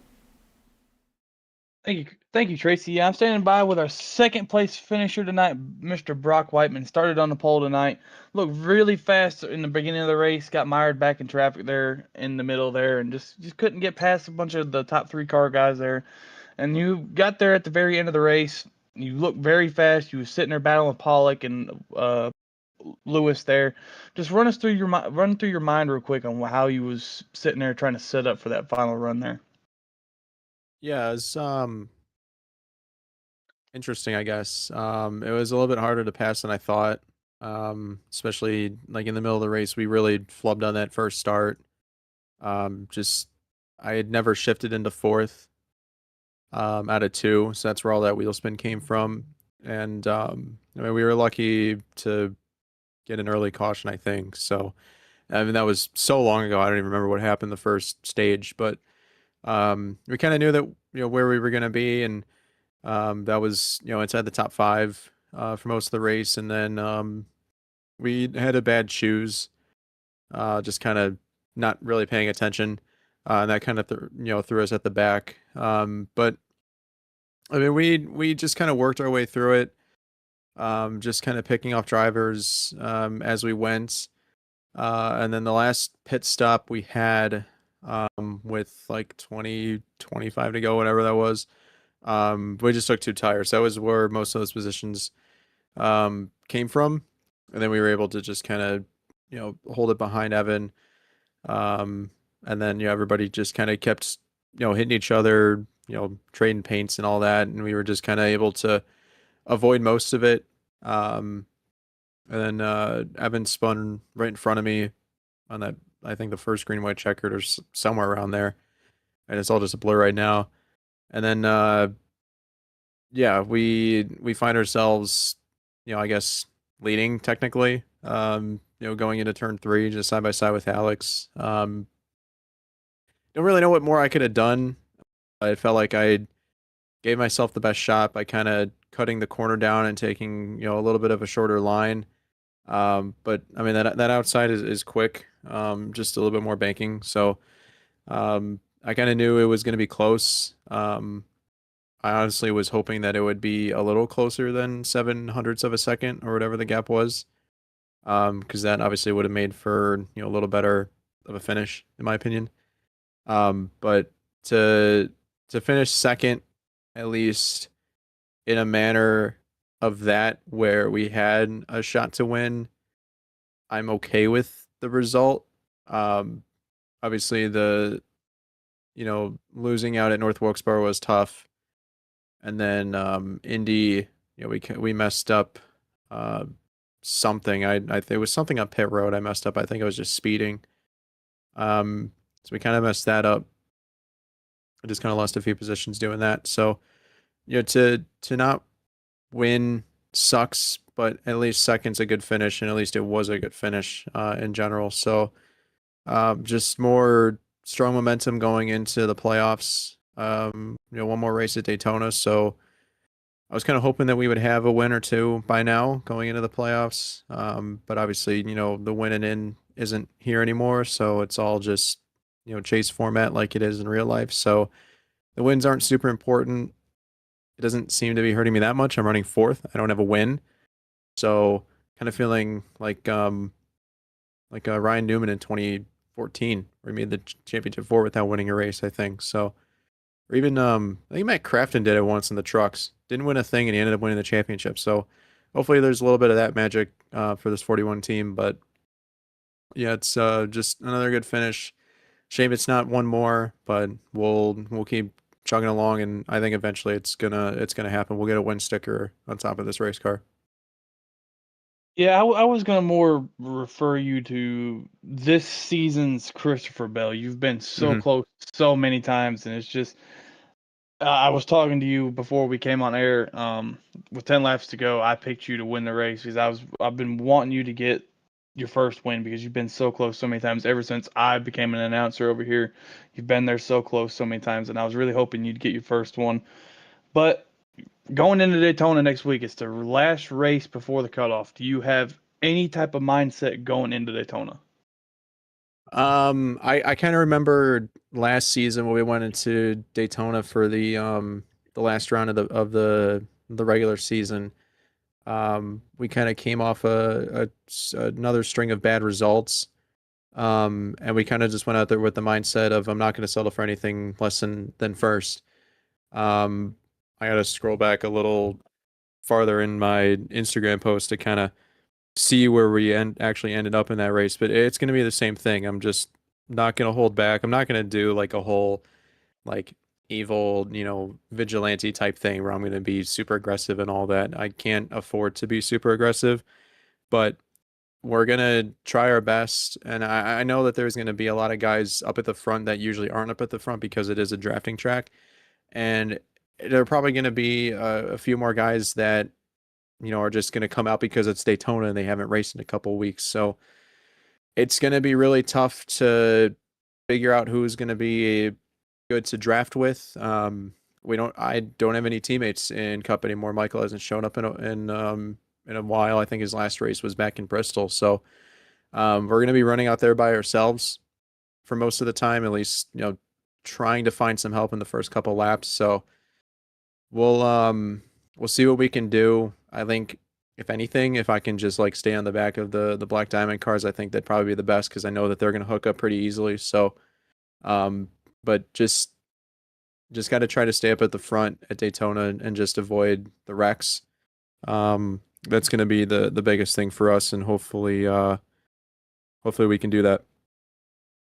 You actually answered my question. One of the questions I was going to ask you there, if when going into Daytona, if you was going to possibly try to stay with the BDE guys, because it seems like those guys they're always right next to each other, no matter where the races at, they're always going to be around each other. And you kind of Mhm. answered my question there.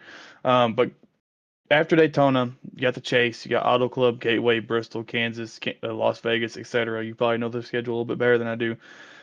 What track do you think you had the best shot to get your first win at? I would probably say it's going to be next week. It's really, I mean, it was one of the only tracks that I really drove on iRacing for a while, at least in the next gens. I never really ran the next gen in any sort of official capacity until I joined this league, and then I kind of had to learn it. So I think Daytona is probably going to be the best shot. Bristol, we had a strong car. Um, Kansas, we haven't run yet, but usually the mile and a half tracks are pretty good for me. Vegas, we had a really good run. Early in the year, we finished 5th there. Charlotte, I wasn't here for. I was in.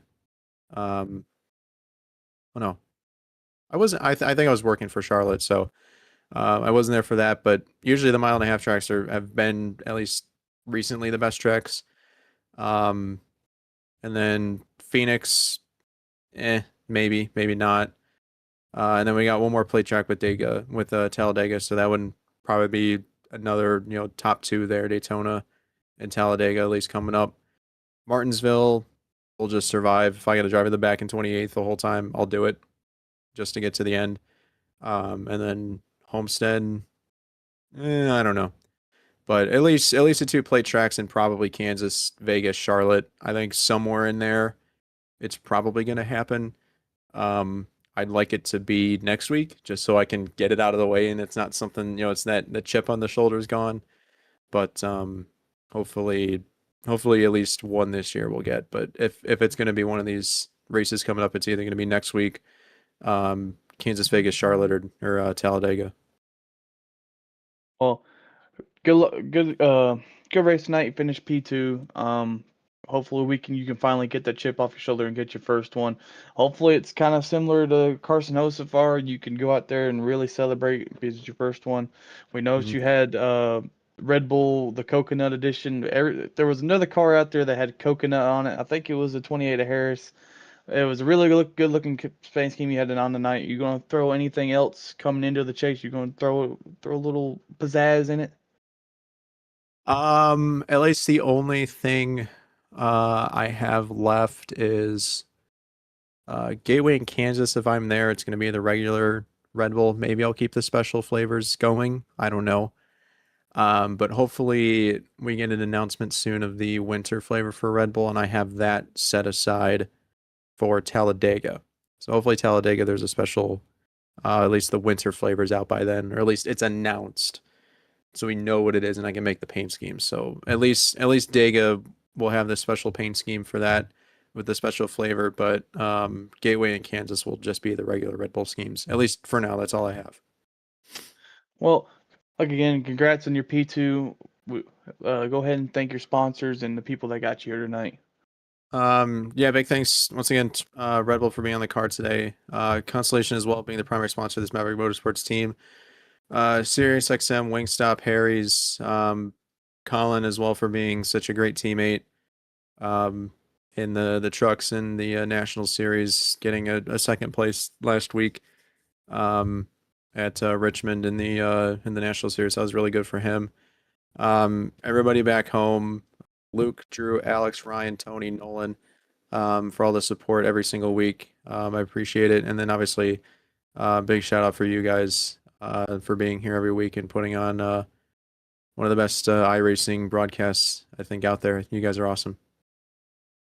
Well, appreciate you. I hate to say it again, but congrats on your P2. Hopefully you can finally get your first win, but have a great night. Yep, you too. Chris, I'm finally sending it off to you. I think you're standing by with our first place finisher.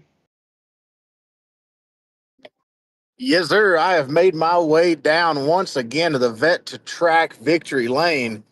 Before we get into talking about this, Alex, I know you're super excited already. You've been celebrating as it is. I'm getting kind of a Brad Keselowski championship-esque kind of vibe already. If anybody remembers those throwback interviews. But man, let's talk about how this season started off, where we were wondering if you were ever going to finish a race, much less win one. And now that question's been answered all in one go. We don't have to ask when's Alex going to win one anymore because we know the answer now. So, man, talk us through this one. I mean, it's pretty much, this race has epitomized your whole season. You went from the cellar to the penthouse. I mean, you started with an EOL tonight and got the win. If that's not the epitome of your season so far, I don't know what is.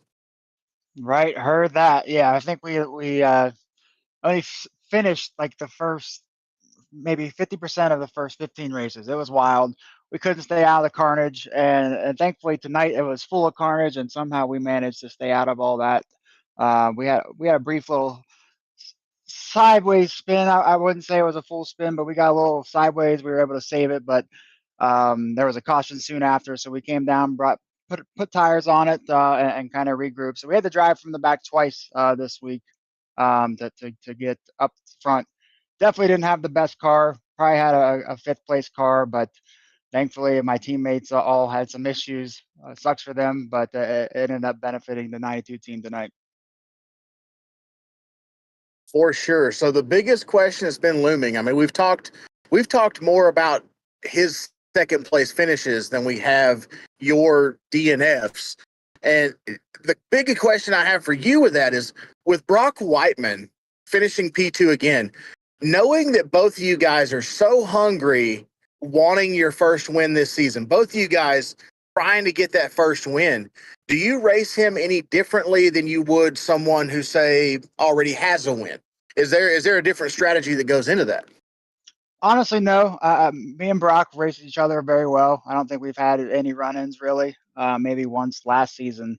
But I knew he was going to race me clean. I think he knew I was going to race him clean.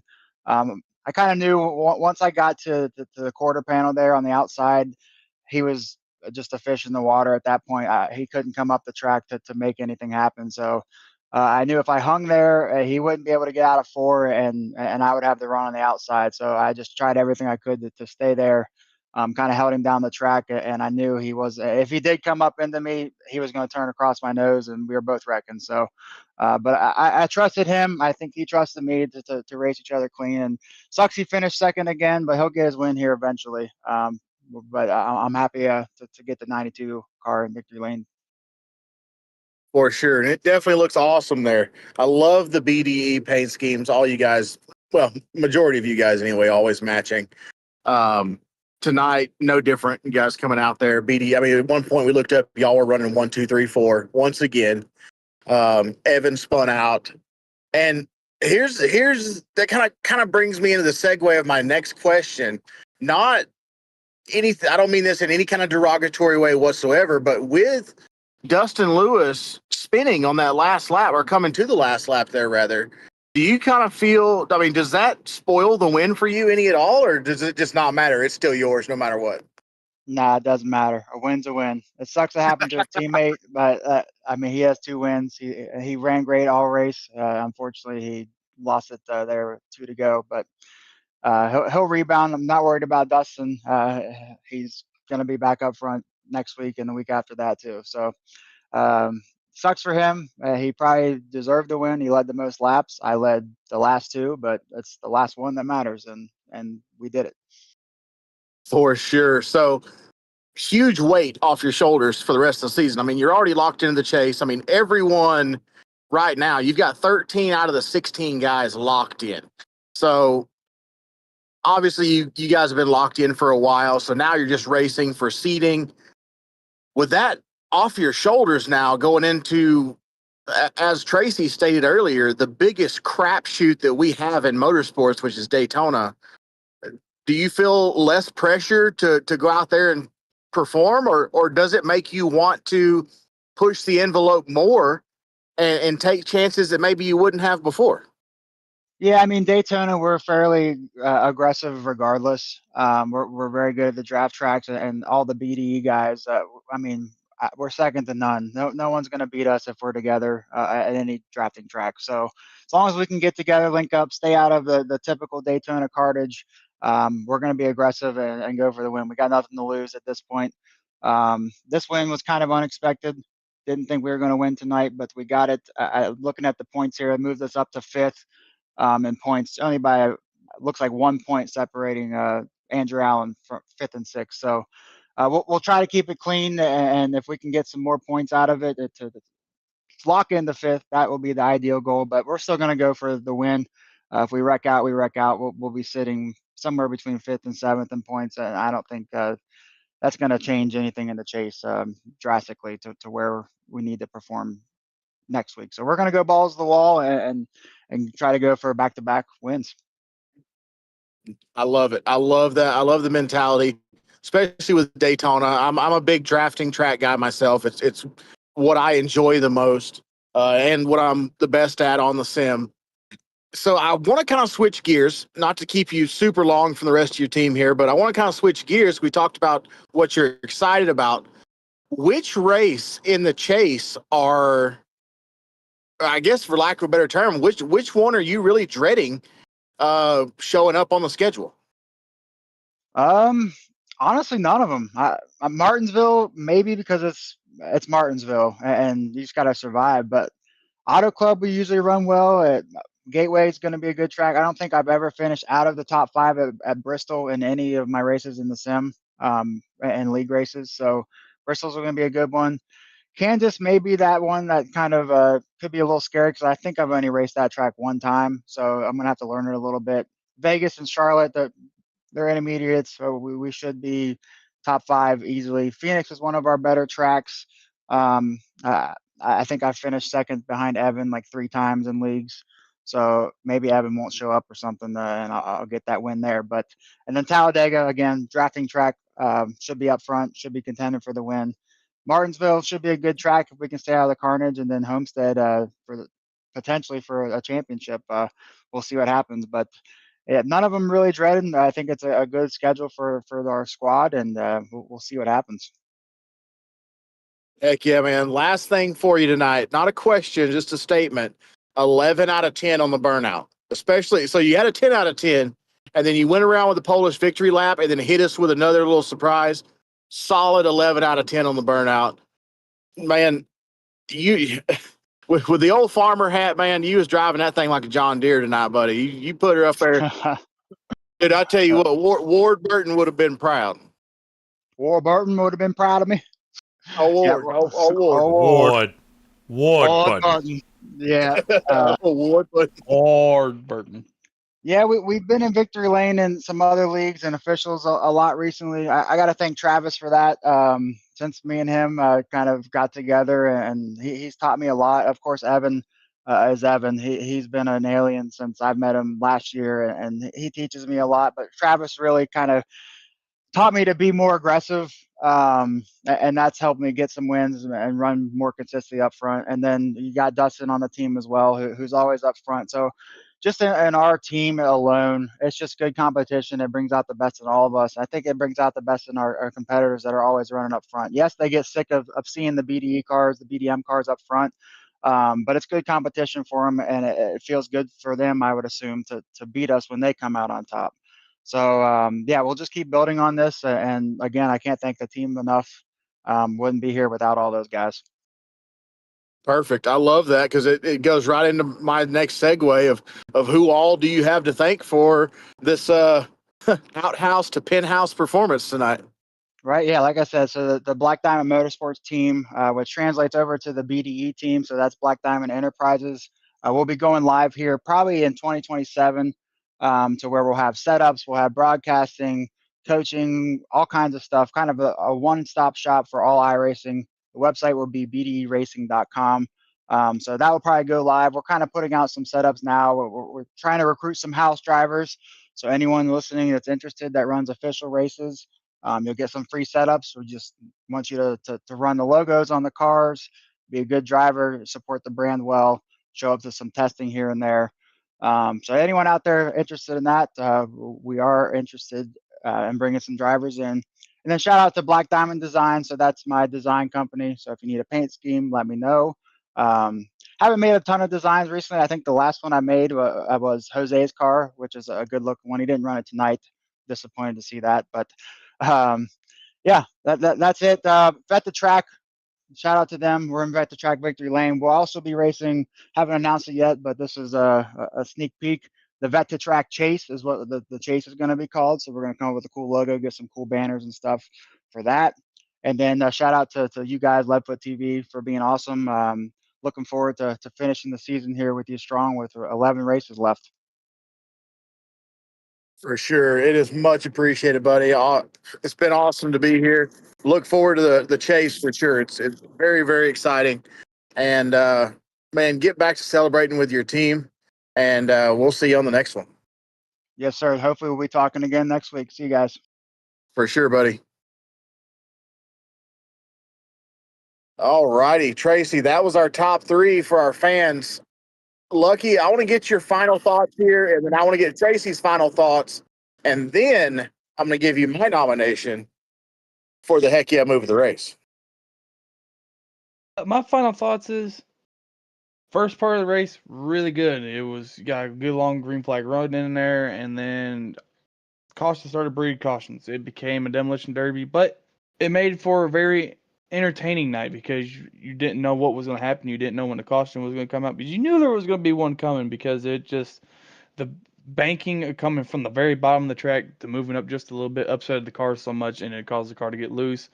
So it kind of threw the wrench in there. You just didn't know when it was going to come out. But I think the photo finish tonight definitely sealed the cake. Yeah, I gotta agree with you there, Lucky. Man, early on, honestly, I'm keeping it 100 here. I mean, I love this track. It's like a giant Martinsville to me. I always love racing here. Same by the same way with a road course. Love racing road courses, but they don't necessarily put on the best entertainment or visual show for everyone is viewing. But this track, the race tonight, it kind of started off, I mean, obviously on lap 1 or whatever, we had a caution, but then it kind of got set into a vibe that New Hampshire normally provides. I'm not going to say boring, but it's like guys kind of find a groove. That's where they're going to race. However, as the laps ticked off, you could almost feel the doggone intensity picking up.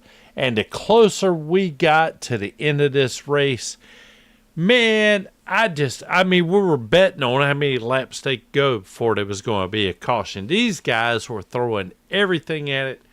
I don't know. It was a very, very exciting race, very entertaining, especially there at the end.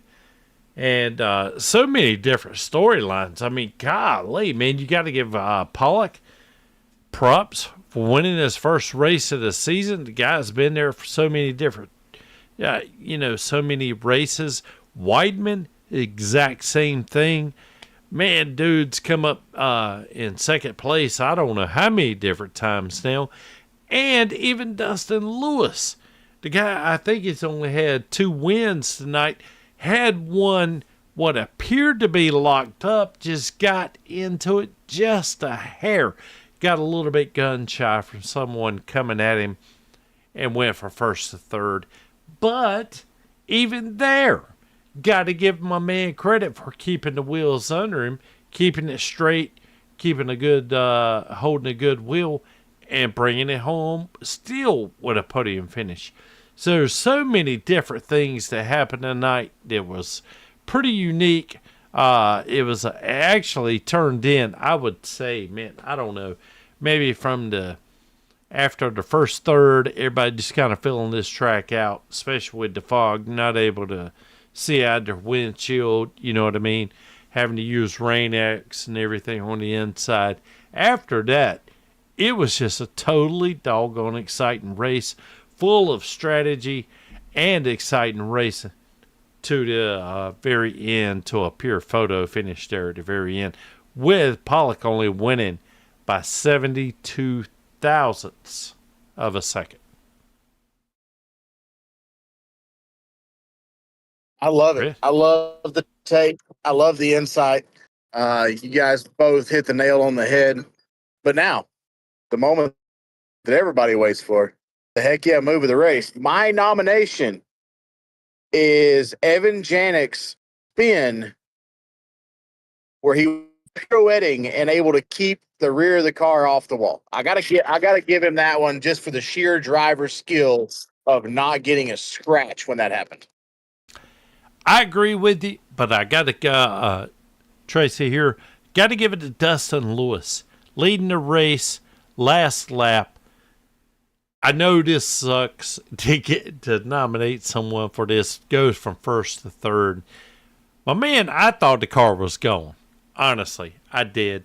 And for him, I was totally surprised he brought it back with a podium finish. So I'm going to give my nomination to Dustin Lewis tonight with a third place finish. Lucky. Oh, I get a And nomination. I get a nomination. Oh man, I feel so special. I think my nomination is going to be Pollock, trusting his gut, sticking to the outside, coming off of 3 and 4, and barely squeezing out Whiteman for the win by 0.07 of a second to win the race. Okay, so we got a split decision. Let's hold up real quick. I gotta go with Tracy on this one. I gotta go with Tracy. Well, I tell you, I like. it's Tracy's birthday. I think the old man deserves a treat. I think we give it to him. oh, there we think so, go. So there we go. Dustin Lewis gets the heck yes move of the night, or move of the race, and just in time because Lucky Cansdale made such a compelling case that I was going to go with him. So, but it was too late. Everybody piled on with me. Since it's my birthday, I'm going to party like it's my In your birthday suit? In my birthday suit. Yeah. Make go dive in the We're pool. gonna do something we've never done with the heck yeah move of the race. I want to toss out an honorable mention. Okay. The 2-car, Craig. I have never seen somebody have a car so out of shape so many times and still save it. I got He you had there. to- He had an absolutely almost backwards wrecked race car 3 times for sure that I know of and didn't touch a thing. Yeah. got to give him props there, man, because there were several cars tonight. Looks like it was passed down, from the Cup Series to Xfinity to. No, I'm not going to say that. I was getting ready to say the ARC Series with the crinkles and everything. Yeah. No offense there, Chris. But, everybody kind of has to take the hand-me-downs and make the best of them there, man. That's how you work your way up, if you will. But I got to give my man Craig, and so far as I know, we haven't had any negative feedback with him calling us Craig. So, yeah. Well, it is his last name, so hopefully he accepts it. Well, me and you were on probation for a while, so I'm not 100% sure, man. We have been known to be tasteless, but anyway, Craig, hope you enjoy it, buddy. We have fun with your last name. Honest to God, man, my last name's Brown. I envy you having a last name Craig. So, anyway, the remarks will be endless if I had the last name Craig. I can guarantee you that, especially with Chris Golden and Austin. Lucky can still joining us here in the booth, man. For sure. Well, gentlemen, it was another. Hold it. I know. What'd we forget? Well, I fell down on my producer duties. So It's your birthday. We get to cut you a break. It's my birthday. That's right. Yeah, number 56 today. I doubled up on several of our other announcers here. Old Norris will be proud. Black Diamond Designs, Black Diamond Enterprise. You heard it. They're going to have a website. Downtown Auto Sales. NSRLA, the absolute greatest league here for Cup Series. SoarDogg Cup Series. Man, you guys witnessed it right now. These guys are bringing home some absolutely awesome Cup Series racing here. And especially this track right here, I thought it was going to kind of be I ain't going to say a dud. That's too harsh. But, just kind of an average race or whatnot. These guys took this doggone track, man, and I swear they made it look just like the way I look at it as a giant Martinsville. Going at it all night long and an absolute photo finish right there at the end. That's all I got as a producer. What y'all got to sign off here? Oh, I love it. Definitely a great take there, Tracy. For sure. Took the words right out of my mouth. I couldn't have said it any better. So you know what? I'm not even going to try to. So for the endless number of fans we have out there, all of our drivers, all of our viewers, all of our haters, all of y'all, much appreciated. Because guess what? Views are views, baby. Views are views. But for my cohort, Austin, Lucky, Cansdale, all of our competitors here in the SoarDogg Cup Series, and of course NSRLA in general, I am Chris Golden signing off for our birthday boy, Tracy Brown. We'll see y'all next week at Daytona, right here on Leadfoot TV. Y'all stay golden. We'll see you next time. And stay brown, by the way. Take care.